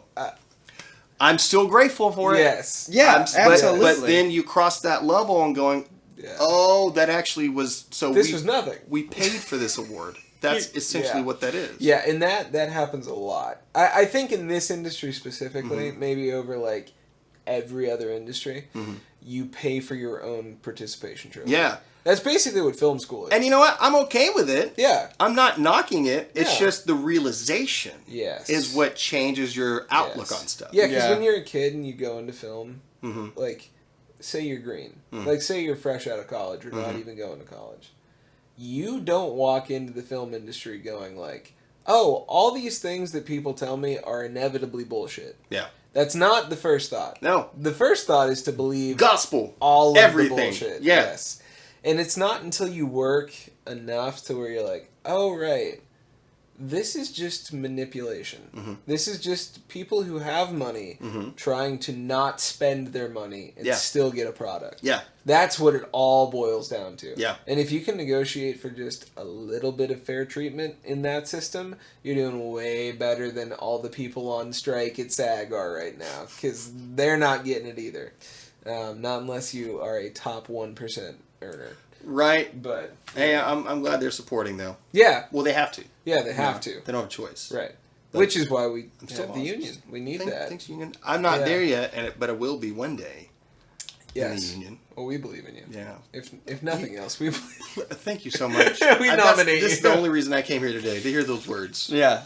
Everything. What else we talked about? I don't know. Well, I mean, I thought it was just like you need a speaking role in something that's like on legit media. Wasn't that like the thing? Wasn't that always the qualification? Was like get one speaking part on like something televised? And I say, like on a reputable thing, because streaming nowadays. Yeah. Like absolutely. I thought that was the credential to be a SAG actor. Has that changed? No, but yes, and kind of. So, no, which is why the strike is happening, because it's an outdated thing. Okay. But it's less of a speaking role on a big thing. It just depends on where it was shot and what type of project. So you still have the non-union projects and the Okay. union projects. Now, if it's a Gotcha. big thing, chances are it's a union thing. Yeah. So if you get a speaking role on it, Right. like let's say you were background and they were like, you know what, kid, you get a fucking line. Yeah. Now you get a line. All of a sudden you're SAG. Now you're in the movie, or Yeah. it helps you become SAG eligible because Right. you were in said movie. Now you're there and you Okay. can become there. I think at one point in time, I could be wrong. I'd have to look it up on the internet to be sure. Yeah. But it was 3 credits. You had to get 3 credits in a SAG project. So that one, Okay. great. Now I got Yeah. one speaking role. I got to get more. What's my next one? Right. But that you can use that as leverage. Well, Yeah. little did you know that he also booked a speaking role in the Steven Spielberg movie.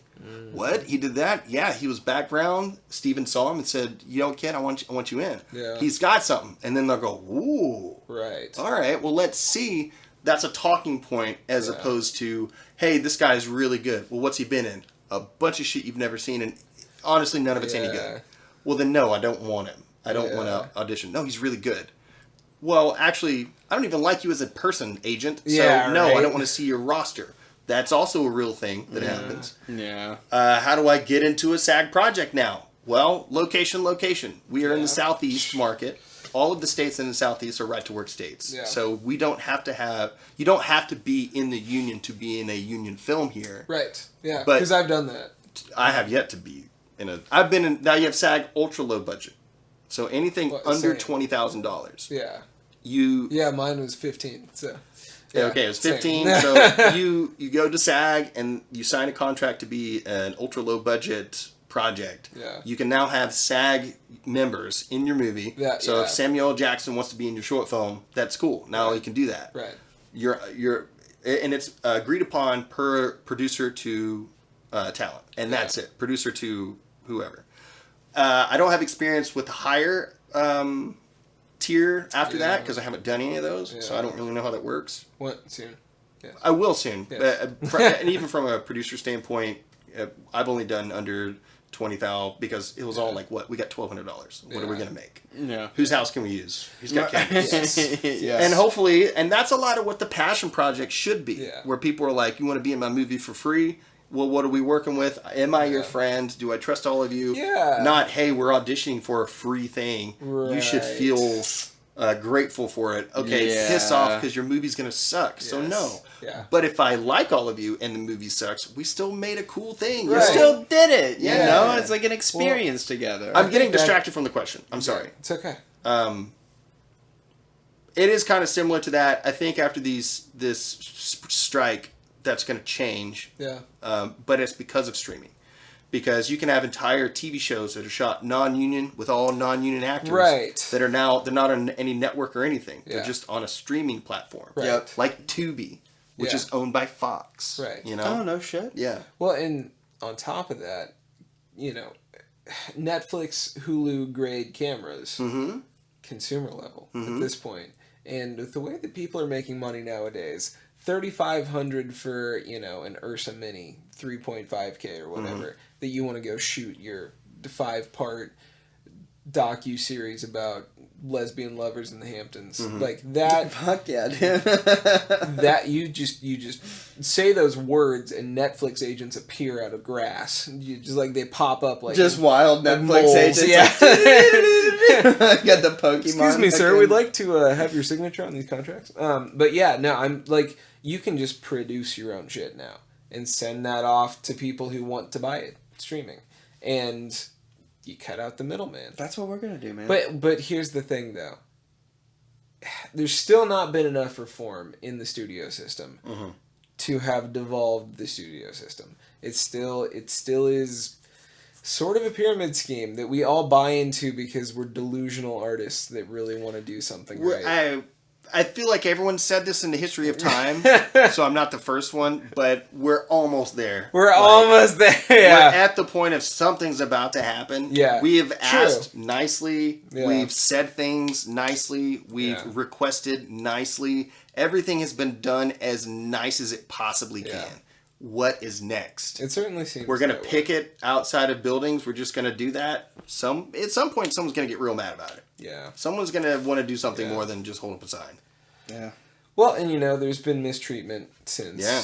the early 1900s. The early ever. Yeah. Yeah, I was gonna Well, say true. pretty much since the dawn But of specifically in the film industry. Yeah. Pretty much the start of the film industry is when the mistreatment started. For just like, you know, people working in the industry. Especially if you look back at like early actors and stunt people. I mean, oh my gosh. Poor Charlie Chaplin. I mean, he must have had no cartilage between his joints by the end of his Imagine career. he didn't. I can't even imagine the soreness you wake up in Charlie Chaplin's body. Or you know, like Keystone Cops, any of those early like 20s actors, like that was mistreatment.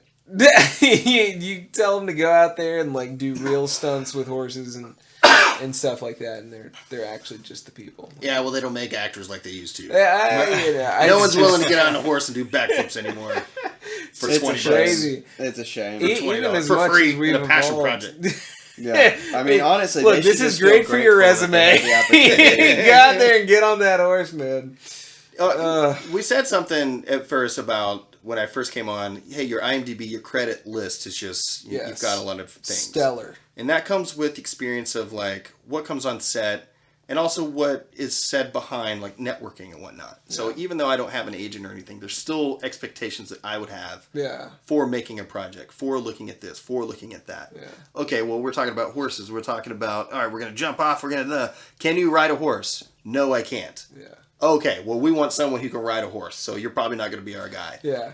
But if we chose you, how does $100 a day sound? Yeah. Wait a minute, you just said that you don't want me, but now you're offering me you're 100 huge buckaroonies to not ride a horse because I'll just be doing this on a horse, you know? Yeah. And then they say, well, for the right actor. Oh, for the right actor. Yeah. So when you choose those words for the right actor, you're now setting your project up on a pedestal that doesn't exist. That's like saying, oh, well, you should audition for us because we're going to go on Netflix. Right. Yeah. You know you're not. No, you're not. You don't know you're going to be on Netflix unless Netflix specifically ordered it from you. Right. And chances are you got a big fucking production crew with lots of money behind it, and we wouldn't be having this conversation on Facebook. Right. You know what I mean? Yeah. That's. Sorry, I'm a little passionate. No, that's a fair fucking point, honestly, though. If you hit me up on Facebook, I immediately know this is a passion project. Yeah, it's not gonna. No. But these are things that young filmmakers need to hear, though. But how about the director who did The Harder They Fall? Did you see The Harder They Fall? Mm-mm. With Jonathan Majors, Idris Elba, Regina Hall, and a few other heavy hitters. Wow, this one totally flew It's on Netflix. My radar. It's a fucking Western.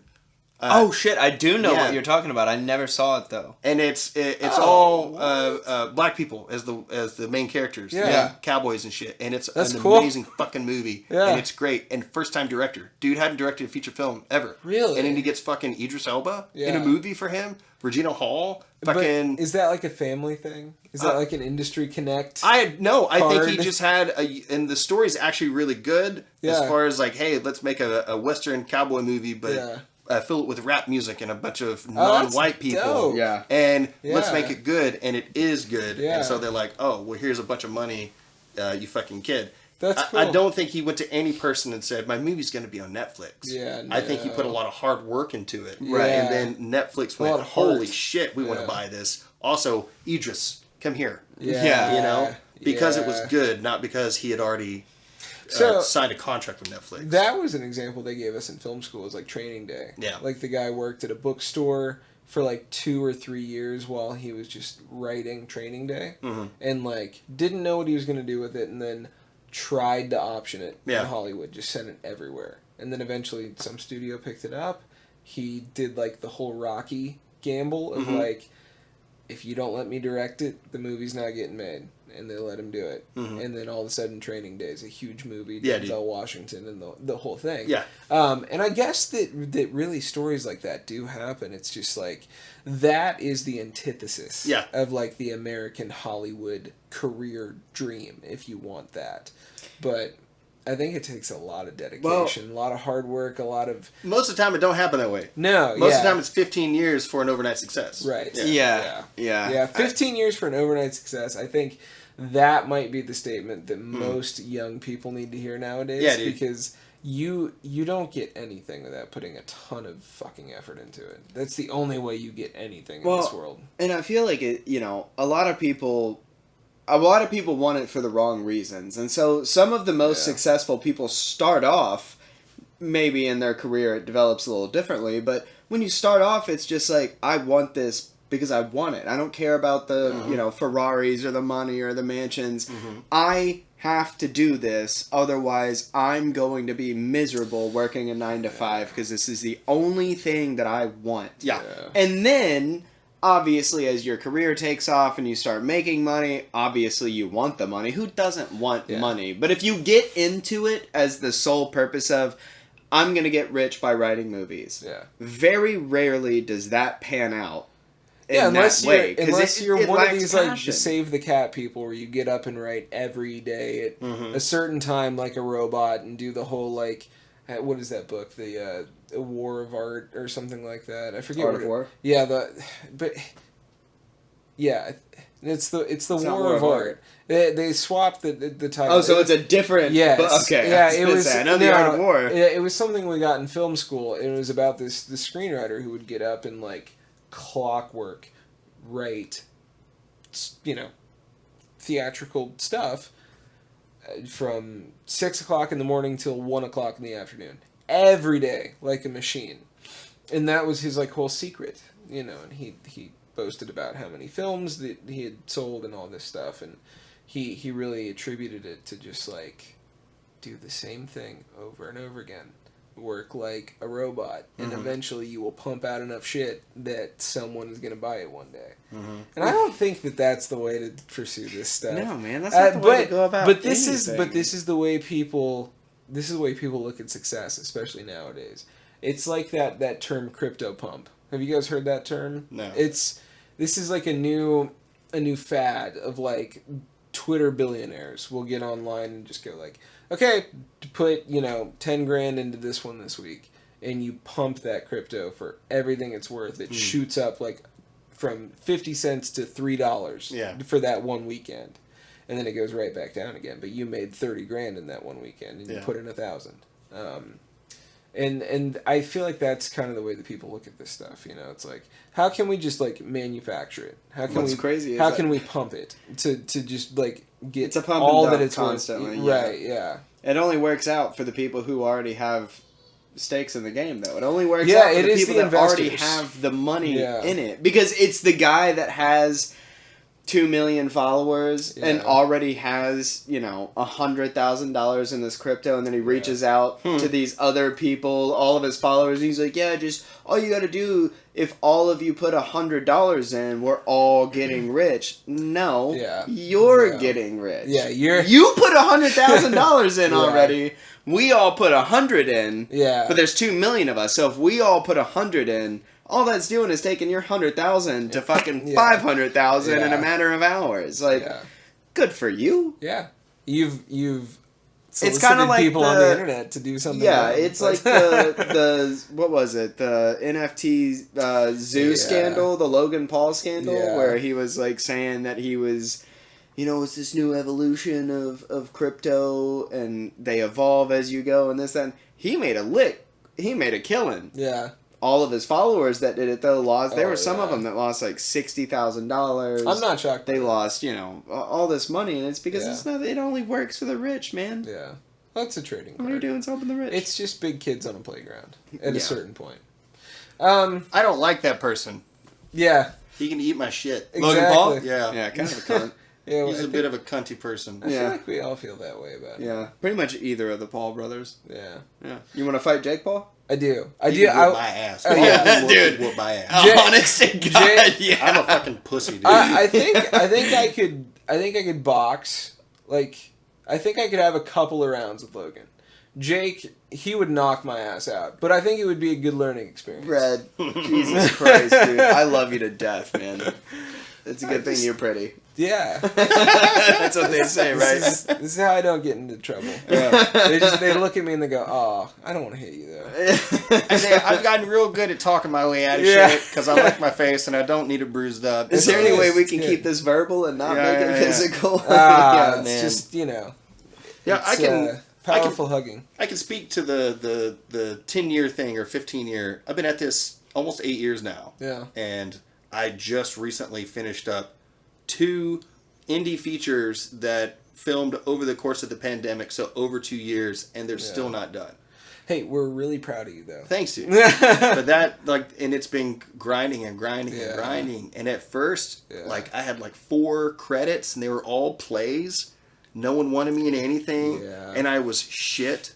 But then you work it out, you figure out, okay, I was shit because I was trying to do this, or whatever the reason are. You hopefully you're able to work it out, and then you're to a point of going, okay, well now we just got to truck. We got to keep going. Yep. Continue to educate yourself. Continue to try to be better. Yeah. As Bradley Cooper says, I just want to work with better people and get better. That's awesome. Yeah, and that's all you can really It's the strive right for, philosophy. honestly. Yeah. 8 years in, and you know what? I'm still waiting for the fucking rich ass person to put me in their movie, or a cousin that I found out who's famous. Go, hey, put me in there. Fucking... For the grandpa to have the 1920 Gibson laying under the mattress for 50 years. So, just before we close out, Yeah. I'm just curious: is there any part of acting that you find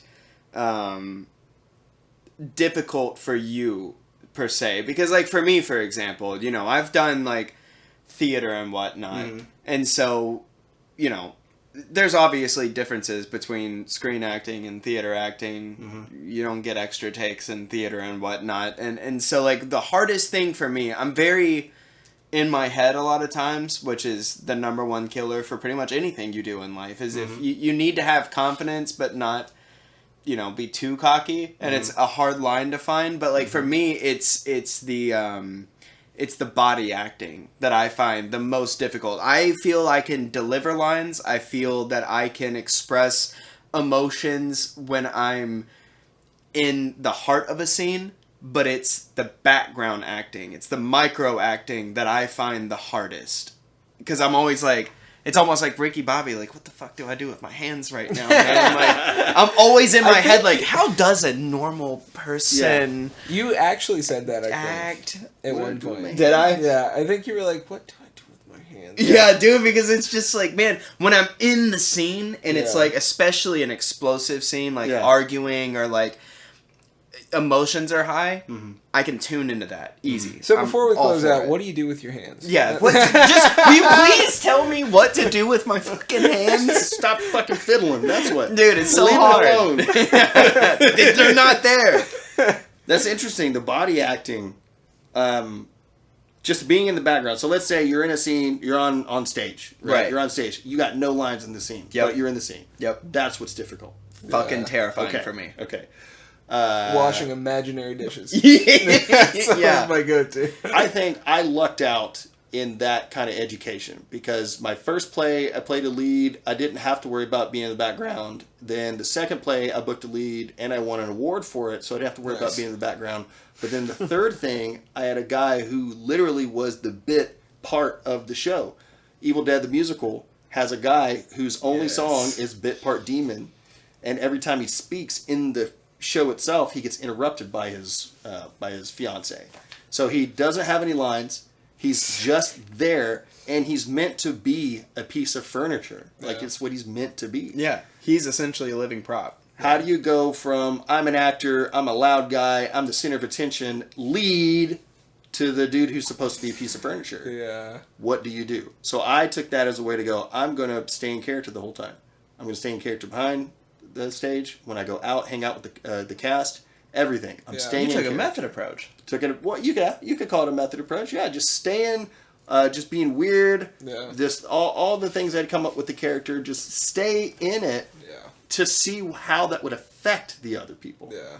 What happens if I'm just still not responding? Like, I'll go, yeah, oh yeah, oh, here's the thing for me to say, yes. If I don't do any of that, if I just go, yeah, and then you stop talking and we don't. Yeah. And there's nothing. Now it's left for you to figure out what are you going to do next. Yeah. That impacts people, and then go, okay, I did that to that person, but they're also going to feel this on stage. They're going to remember this weird, awkward interaction on stage as well, so that'll help sell the scene. Okay, now we're essentially talking the scene over, but we're not actually talking the scene over. Yeah. But I'm being the piece of furniture by instilling that relationship. Right. Yeah. What is the relationship I have with that? Because the way I stand around my mom is different how I stand around a girl I'm dating. Yeah, fair enough. The way I stand around... Yeah, shit, that's... the way I'm sitting right now, I'm just lurched over, just kind of like loosey-goosey, whatever, as opposed to if we were in like a big meeting room, a conference room or something, Right. Yeah, you with sit up seats with and the- glass walls. Yeah. We'll all probably be like this, wearing Prim and proper. button-up T-shirts and stuff, or Yeah. polo shirts, whatever. You know, it's different the way you carry yourself. Yeah. So now, how do you just sit still? What do? You just listen. Yeah. Just listen to people. Well, so that's like a Meisner technique, really, with the listening and reacting. Admittedly, I wasn't trained in that. I Yeah. heard about some things and I've read a couple of books. Right. I'm just now on a point where I'm going, yes, that sounds like a method thing. I like to do it this way, so I think everyone has a method. Yeah. So, yeah.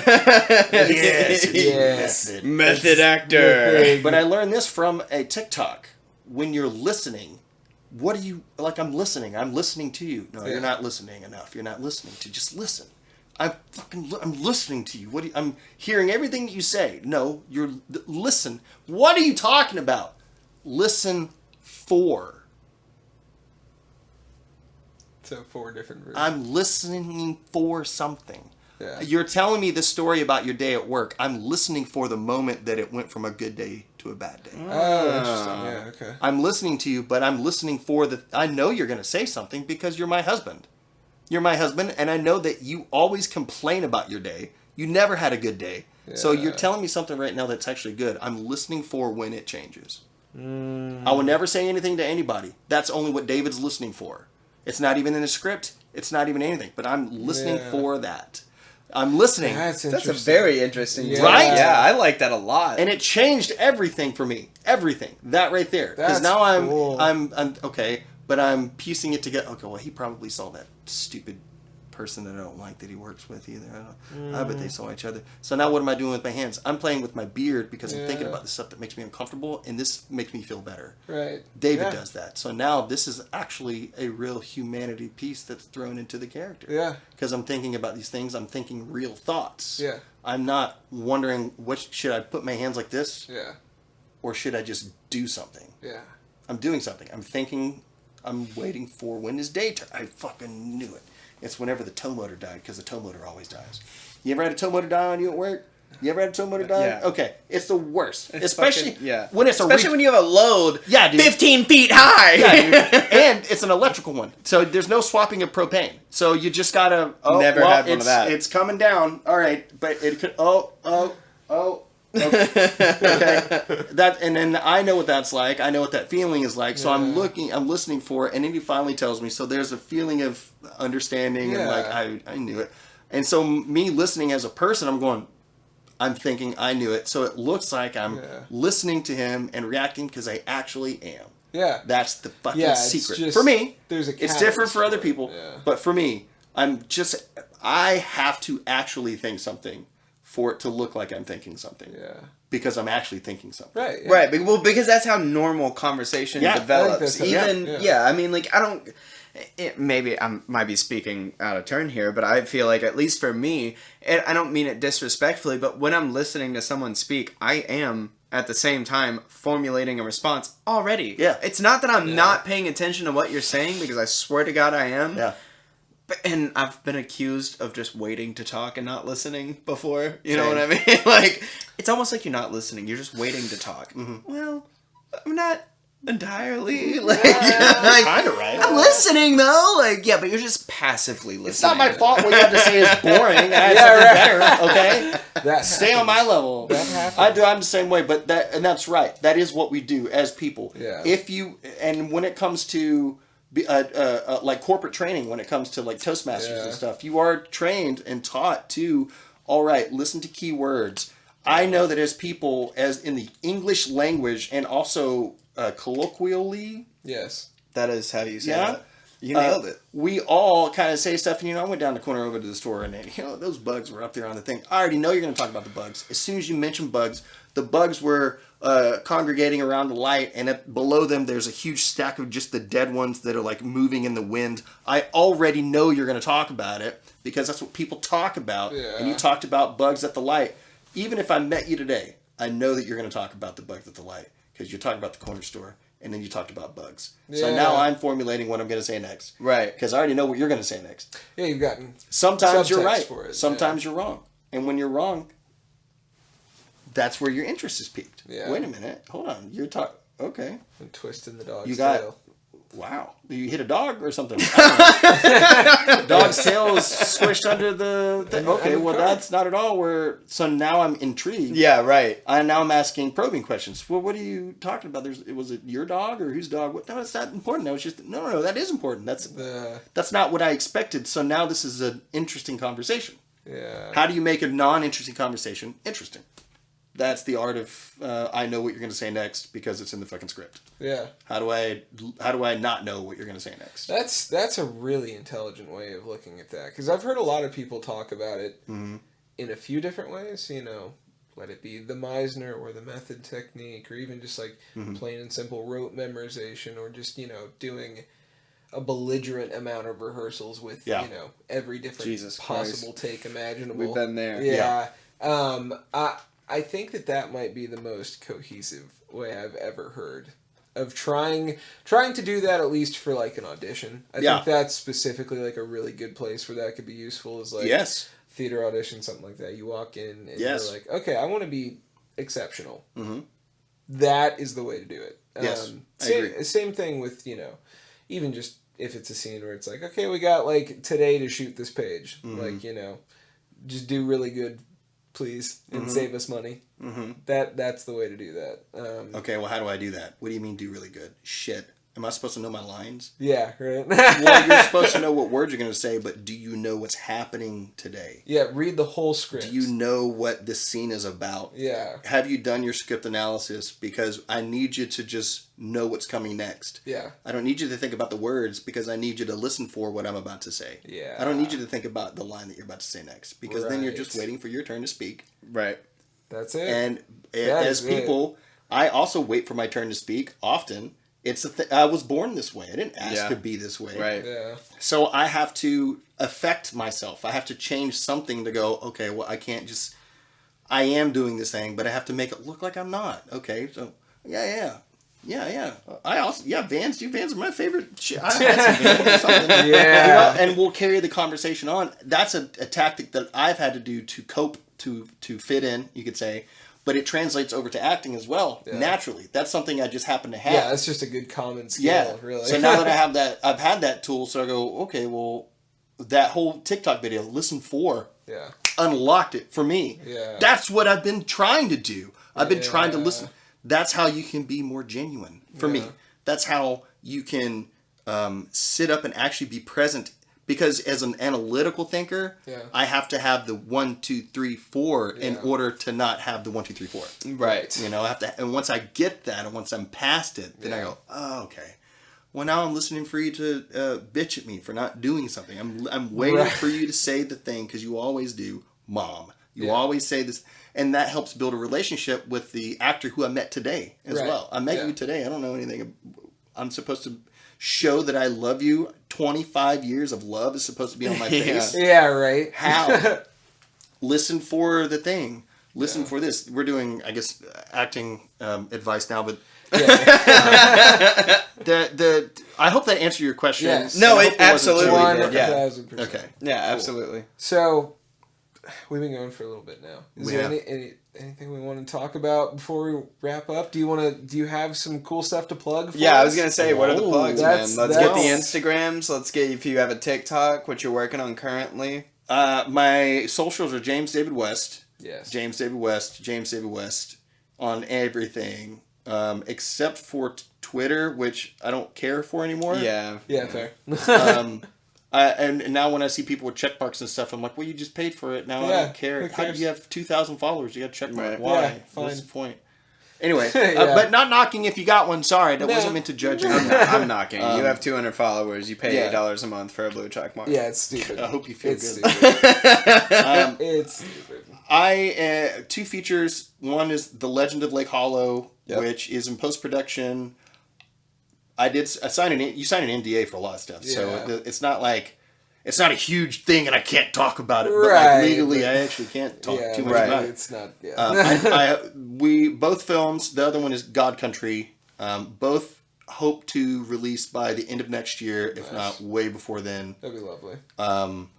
If not the end of this year. Yeah. I mean, be done by the end of this year, and then able to be released next year and have a premiere and all that. Yeah. I mean, they're going to do a festival thing, like all of these, and they've Awesome. invested a fair amount of money into these. So That's great. as of right now, these 2 are the second and third biggest films that I've been in. Well, that's awesome, man. That's awesome. One of which had the Bionic Woman, Wow. Lindsay Wagner. Really? She was in it. I got to be That's in crazy. multiple scenes with Lindsay Wagner, and an actor named Laura Allen. She was in Young and the Restless, I think, one of the soap Okay. operas. Yeah. A guy named Archie Cow and Amanda Rigoletti, who was in a couple of horror films, like one of the Freddy or I don't. Damn, I'm so sorry, Amanda, if you haven't actually support me and listen to this.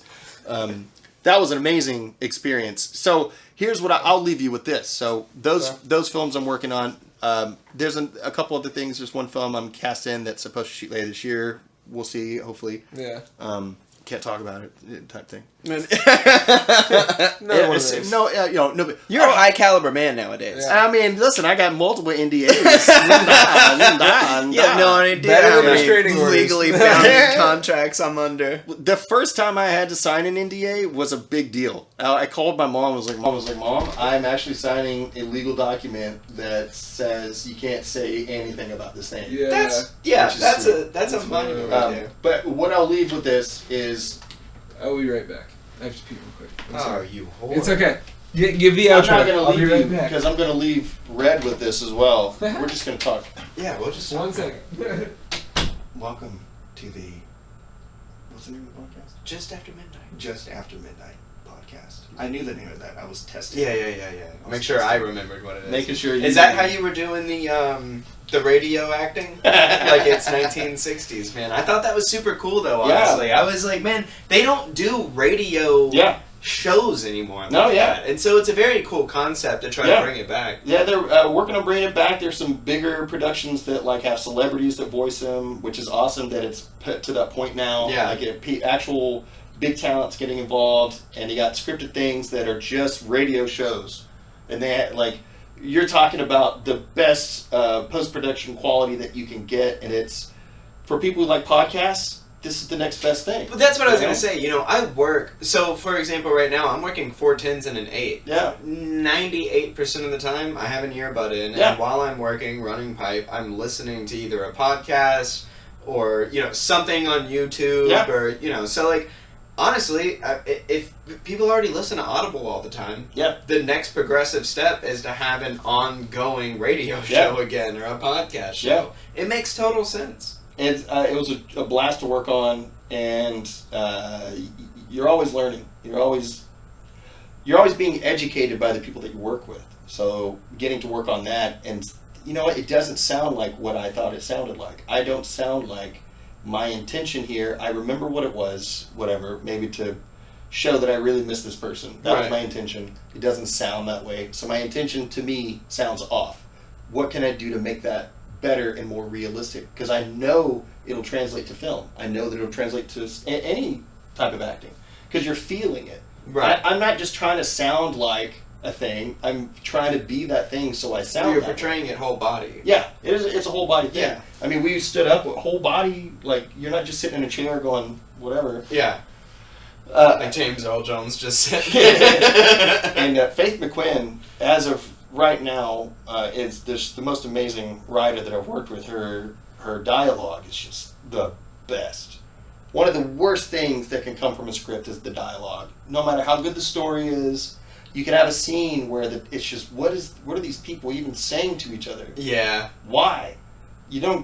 Her writing is just so good in that aspect. And now being in a project where the dialogue is so good, it makes me see and understand more about why things didn't work in other scenes. Mm. And I don't mean that to talk negatively about other projects. That just means that now that I've had the experience of a flowing dialogue, now I know that the conversation that happened previously wasn't even... It paused. Did we run your card out? We still have audio on. Yeah, it's all good. He dropped the keyboard. Maybe he hit pause. Yeah, I think I just hit pause on the keyboard. That was 3 minutes ago. Yeah, that's okay. Yeah. Totally cool. Cool. Not only that, but surprisingly, this particular camera has like an OK microphone set up on it. It's pretty solid. Sweet. Anyway, I'm sorry I had to go pee. That's okay. What I was going to say was gold. You'll just never get it. Now you'll get silver. I hope not. Well, you'll get red. Bronze, maybe. Yeah. So the thing I would leave you with, and anyone listening, is that having humility for what you're going through in life helps with the choices of how to react to situations later. So whether it's an acting thing, whether it's a life thing, surprise, you're pregnant, you know, how are you going to react to that is going to impact the way you react to something later in life. Yeah. Look at those as experiences and also as teachings that yourself is giving you so that you can draw from it later, even if it might be the wrong choice. Like, let's say from an acting standpoint, I know in this thing I really shouldn't want to hit this person in the face. I really shouldn't. Really should. But I really fucking want to. Yeah. I really want to. And it translates that thought of I don't want to, but actually yes I do, and this is the reason why. In this sandbox that we get to play in, we're allowed to be that way. Yeah. So in real life, I've learned the life lesson of this is not the way that it should be. But that also helps influence the decision in the working world, the acting world, the choice that you're going to make. Yeah. I actually want to hit this person, and it's because of all the wrong reasons, but I don't want to show like I want to hit this person. Right, yeah. You know what I mean? Yeah, no, I So do. It's the subconscious push towards that. Yes. Yeah. And that is what helps propel the micro expressions on your face. Yeah. That's a good point. If you know that that's what you're supposed to be portraying, then you should have that inner monologue at the same time with yourself. Because even though you're not saying it out loud, it still makes a powerful impact. It's still, and you're allowed to think it, even though it's maybe a bad thought. You're allowed to in that moment for the job that you're doing that you're hopefully getting paid for in one way or another. But that's from a life lesson that was taught to you either by someone else or by yourself or something that you experienced. Don't always shut everything out because you may be able to use it for fuel for something in the future. Yeah. That's really good advice, honestly. Yeah, I think that's super smart, and I think that... Look at you, man. You're coming through with some good acting advice, man. That's fucking solid. And really just good life advice, because this is very much so along the same lines as sort of like the Bruce Lee philosophy of like Jeet Kune Do, of like, let me accept everything that I can and disregard anything that doesn't work. And I think that really what you're speaking to is going, okay, I've learned a lot of things through collective wisdom of a life lived, and when you have that, when you go into certain situations, acting specifically, but all situations throughout the day, you know, you have a point of where you go, okay, well, everything biologically and neurologically is leading me to this path, but all I'm going to do is make him flinch. I'm not going to hit him today. But I want him to know that I'm upset, you know. But there is that, you know, not just with real life, but with acting. And it's good advice. When you make the other actor flinch, that's when you know you got it. Yeah. And then you go, oh shit, I actually affected this. Yeah, right. Like I did the thing. So sorry, I didn't mean. This is just acting. I know that was a weird thing that we did in the scene. It kind of worked. It was for a school? Yeah. All right. I'm gonna kind of do more of that. Are you cool? Yeah. All right. Let's just play. That's gotta be the best. Yeah. The best part of being on set. It is. I love it. And fucking with Building the crew. that chemistry. Yeah. I love fucking with the crew. It's my favorite thing. Yes. We had a thing going nonstop because look, man, I really need you to make sure I look good, please. Okay. Fucking put the light where it's supposed to go. So I want to make sure that you're cool with me, and also you may direct something one day and help put me in your movie. Please. I always want to make JDW look good. Same. It's the way that it's supposed to be. That's why I lost all this weight. Right.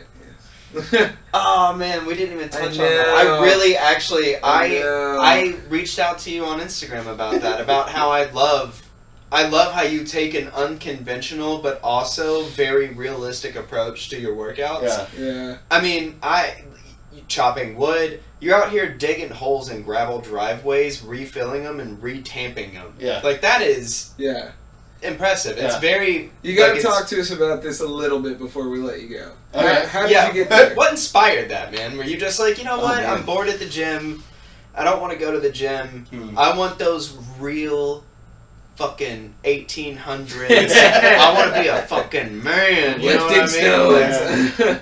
It comes from a couple of places.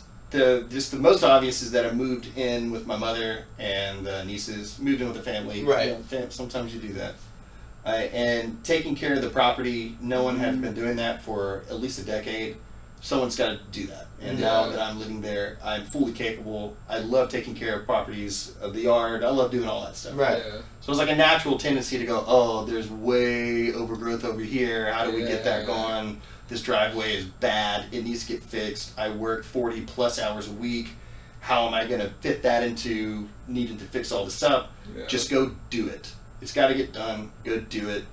Well, to fix a driveway, what do you got to do? Why is this hole here in the first place? Let's figure that out. You figure out the science of why the pothole even was there, and then you have to move the stuff and remake the thing. You got to tamper it back down. And to me, if I go to a gym, it's like I've always had this stupid egotistical thing in my head, which is I don't want to be like the hot fit actor because it's not realistic.